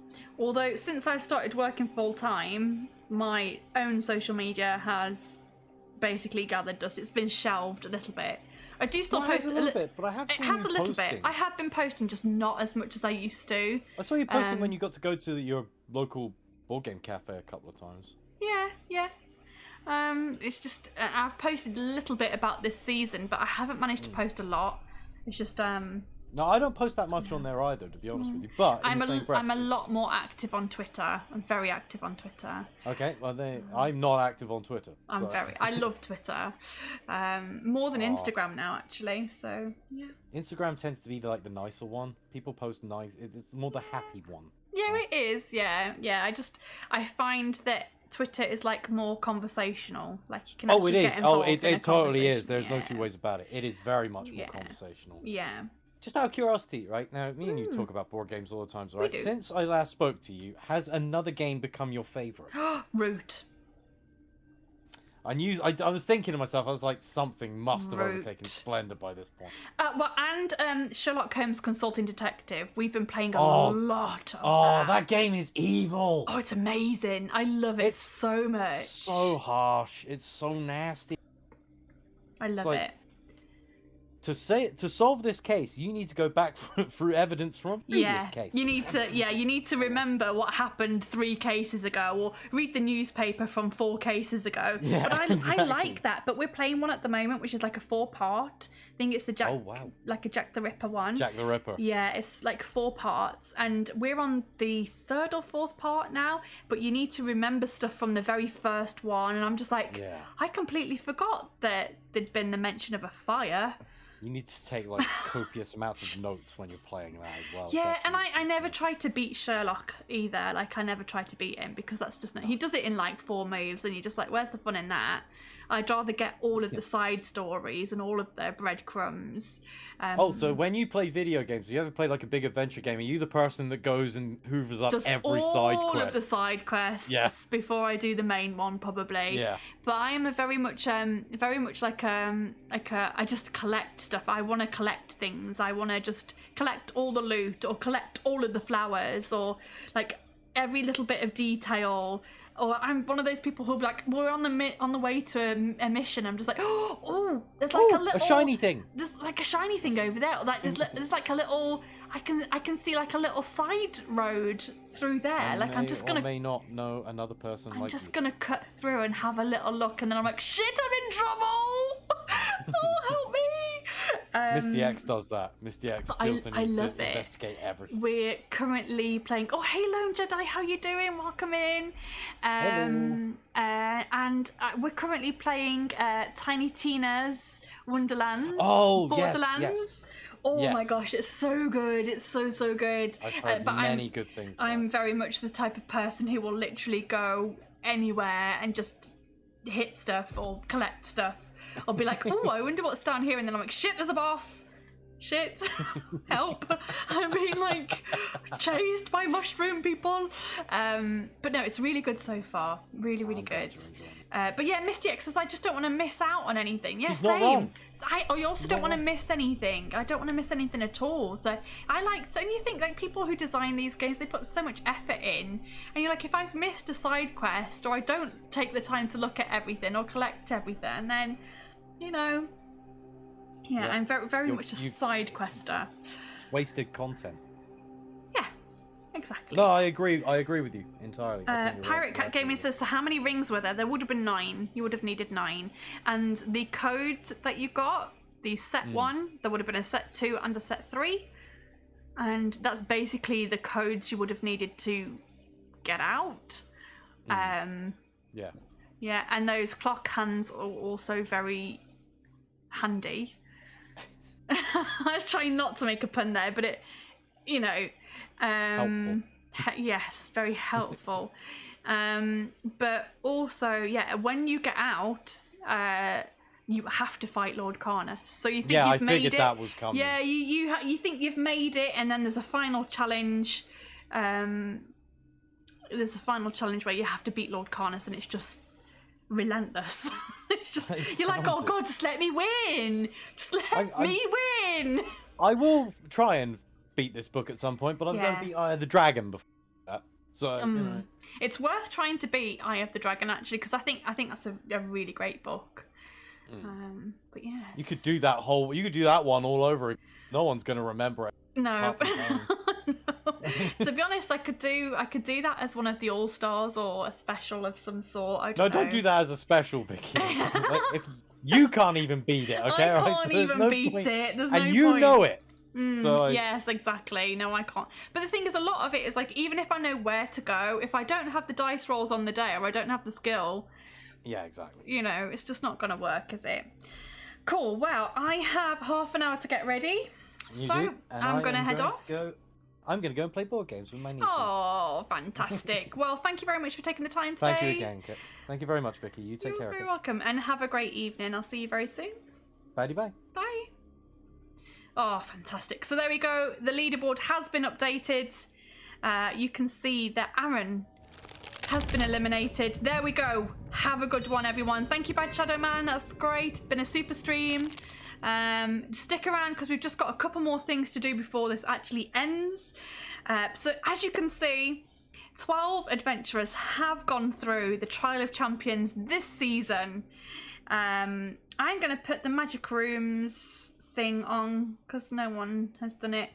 Here we go. Oh, 5th. That's not terrible. No, there's no, it's just who's gone through. So literally Phoenix Iwaki went first, DM Charlie went second, Malakisa was third.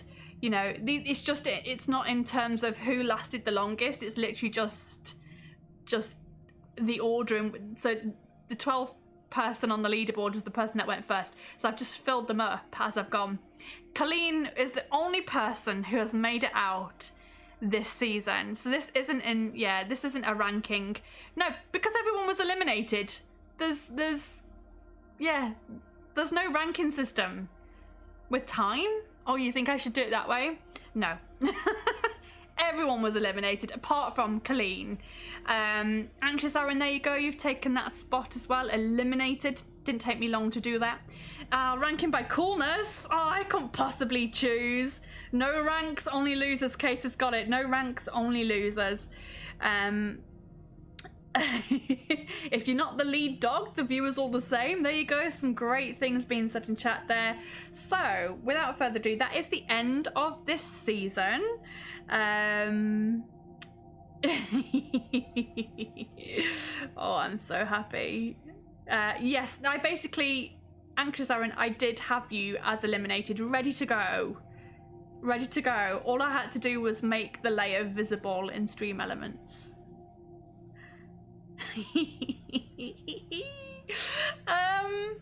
Yeah. Before you even started, I was like, yeah, eliminated. If you get a time, then I'll update it. But I was pretty sure you were gonna get eliminated. I mean, just look at this board, man. Honestly, it would have been a miracle. God, I'm so evil. I'm so sorry. No, you know, gotta prepare for the worst. Anyhow, that's enough of me being evil. So this season has been great. This could be the last season. You love my evilness. Thank you. It's the only time I get to be evil. I'm so nice the rest of the time. But yeah, it's been a great season. We've had a lot of new people on. So Phoenix Iwaki was a first-time guest. DM Charlie, Malakisa was also first-time guest. We also had Melly on from D&D Beyond and Cortex. We had her on last week, which is amazing. So we've had a lot of new people on. We've also had a lot of returning adventurers, which means a lot to me that people want to keep coming on and that people want to take the time out of their day or even get up at crazy hours in the morning to come back, which I just think is insane. So thank you very much for enjoying my little show. I enjoy doing it. But even if there is not another season, there will definitely be specials. I'm definitely going to try and find a way of at least testing a way to do like a multiplayer PvP kind of thing. So I think it'll be almost like a battle royale with no extra lives, and I'll be like 3 or 4 adventurers go in and do an adventure at the same time, and if they die, they die. I'd get up at 4 AM for this. Oh my god, that means so much to me. Thank you. It is great fun. I do love doing it. It's a lot of work though, which is why I'm not sure about doing another season. It all depends on work and whether I get a new full-time job. But yeah, even though I'm maybe not going to do another season anytime soon, I am going to be streaming a lot more in the week. At the moment, we're playing a really cool game called Tales of the Neon Sea. I played it on Wednesday and Thursday this week, and it was really good fun, so please go and watch the VODs if you want to. Tales of the Neon Sea is just definitely my kind of game. It's pixel art. It's you play as a detective who has got cybernetic parts. You also get to play as a cat sometimes, which, you know, how could I ever want any more from a game? But it's a much more sort of investigating murders and things like that, but it's all set in like a futuristic sort of robot city. So if you took like Blade Runner or Cyberpunk, and if you took like, yeah, that sort of thing, and then put a detective into it and a cat, and did a murder mystery, it's just brilliant. Cat? Hello? Hello? Yeah, I got to play as a cat. So yeah, if you want to play as a cat, look at Stray. I did see that, yeah, but this is, I have seen Stray. I had forgotten about that game actually, so thanks for bringing that back around to my attention. But yes, I'm playing that currently in the week. So we are playing video games in the week. The schedule is a bit sporadic, so definitely take a look at my Twitter or join my Discord. I'm very active on Twitter, so if I type Twitter in here, does it give you my Twitter link? Yes, it does. So I'm very active on Twitter. I generally post there when I'm going to be streaming.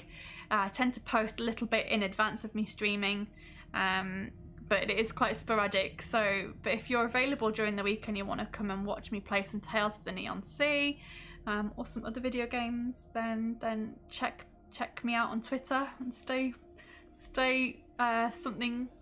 following the channel. But for now, shall we see, Ninja Monkey, you have got the very great honour of being the quickest death this season. You died in 5 minutes and 40 seconds. Shall we take a little look at that moment? Shall we? Who wants to see the moment that Ninja Monkey got the quickest death? I'm not going to play it until you all say you want to see it. You want to see it as quick as a ninja? Yeah, of course you want to see it. Show it. Show it. Okay, let's... Your ankle is badly sprained, making it impossible to run. The Northman soon runs around the arena and passes you, which ends the race. While the other 5 runners are led back to their cells, you are quickly put to death before the start of the next race. Quickest death! 5 minutes 40. That brings me so much joy to watch that back. Ninja Monkey said, apparently I'm talented at finishing quickly. Well, you are going to get an award. You are going to get an award for your quick finish for this season. So the little badge that was on the top corner there, I'm going to send that to you on Discord so you can have that and use that however you want. You know, put it pride of place. But I think we should do the big finish. And shall we see Colleen's victory? So Colleen is the only person that won. Shall we see the moment that she stepped out of the dungeon? There is a large crowd gathered at the exit to the dungeon, and when they see you, they can hardly believe their eyes, and they burst into applause. This is done. Nothing more. I'm out. Done. Cheering at the tops of their voices. A message is sent to Baron Suckenvit, who was not expecting you to emerge from the Killer Labyrinth. But you also notice Lord Karna standing expressionless in the crowd, surrounded by his guards. And there you go. And actually, that wasn't the end of her peril. She did have to fight Lord Karnas after that, but there was much celebrating. So I think to end the season, I'm going to put the victory music on because we've only managed to use it once this season. Let's get some victory music going. Let's also... I haven't got the confetti on... I haven't got the confetti on this layer. So I can't do any confetti. I did look very disappointed. Yes, I did look very disappointed when she won. I'm trying to get my victory music working. It says no. Victory music is a no. I guess because someone hasn't won. Oh no. Oh, what have we got here? Arena crowd cheering? Okay. Wow, that was... I was hoping for some music. Here we go. I'll trigger it. There we go. Victory music. There we go. I can victory myself because I finished the 4th season. I've killed 11 people. This is a victory for me. Screw Colleen's victory. It's a victory for me. The real confetti is the friends we made along the way. Yay! We finished 4 seasons, man. 4 seasons. We've done 4 freaking seasons. Can you believe that? If you want to go and watch all of the seasons, if you've enjoyed the show, if you enjoy what I do, then go and watch them on my YouTube channel. This season has been brilliant. Tiny Little Grim says sorry we missed it. No worries. As you can see, Anxious Aaron did die. Colleen was victorious. So...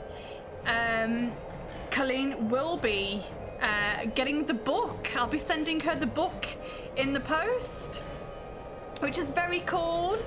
And yeah, thank you very much everyone for tuning in. Thank you to everyone for taking part. As I say every season, if you guys didn't turn up, it wouldn't be much fun. And if people weren't willing to play, then the season wouldn't happen. If people weren't willing to come on the show and play the game with me, then there would be no show. So thank you from the bottom of my heart for all taking the time to come and be involved and to come and watch. Now, I haven't got anyone lined up. I haven't even got Twitch open for a raid. Yes, Tiny Little Grim, I'm actually going out on a Hindu. I've got to leave in about half an hour, so I've already pre-done my makeup and I'm wearing a very sexy dress later. Sexy dress. I'll send you a picture.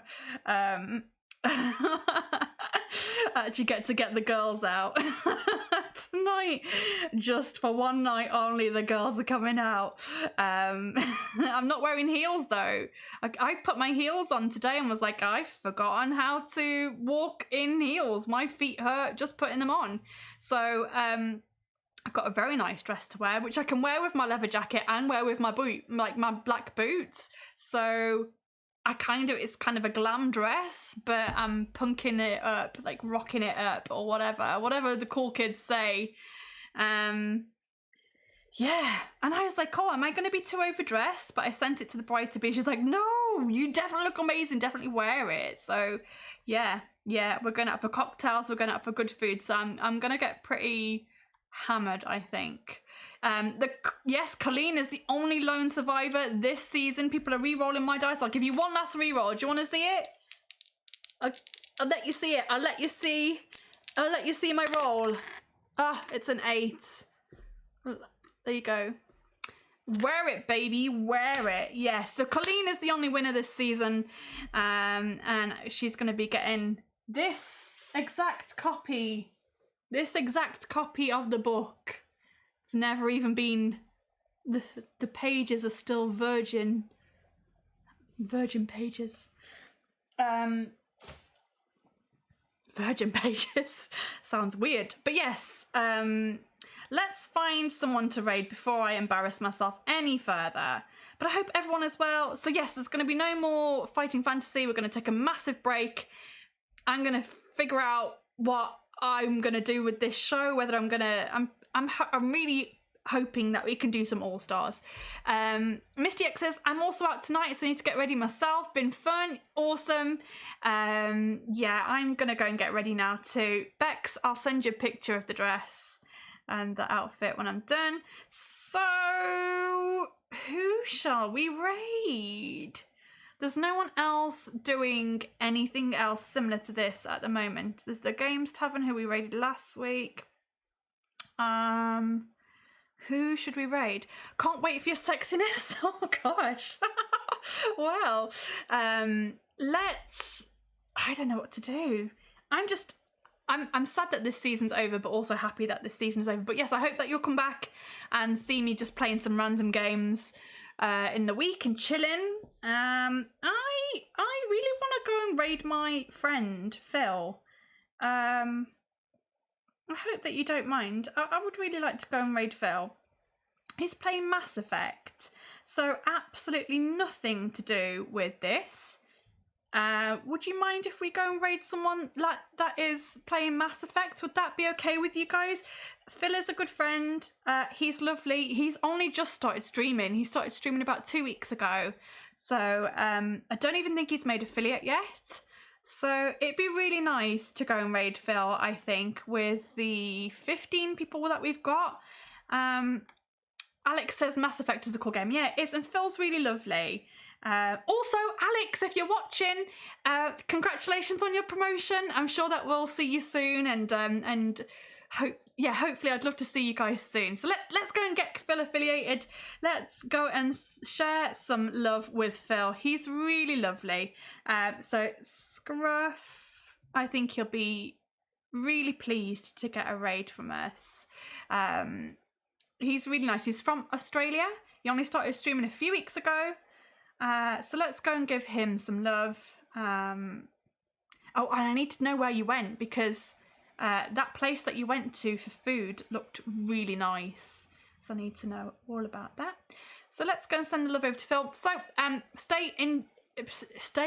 put your peepers onto my Twitter, because that's where you'll find out. Oh, you went to the Ivy. Oh, very nice. Keep your eyes out on Twitter for all of the updates about the next season, or one-shots, or specials that we're going to do. So there's definitely going to be more stuff, just not soon.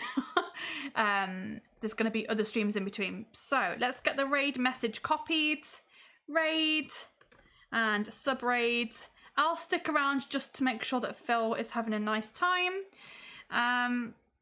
And then I've got to get ready to go. But thanks, everyone. Thanks for being here. Thanks to Aaron for taking the time today. And I'll catch you guys very, very soon. Go and enjoy the rest of your weekends. I'll see you guys very soon. Bye, everyone.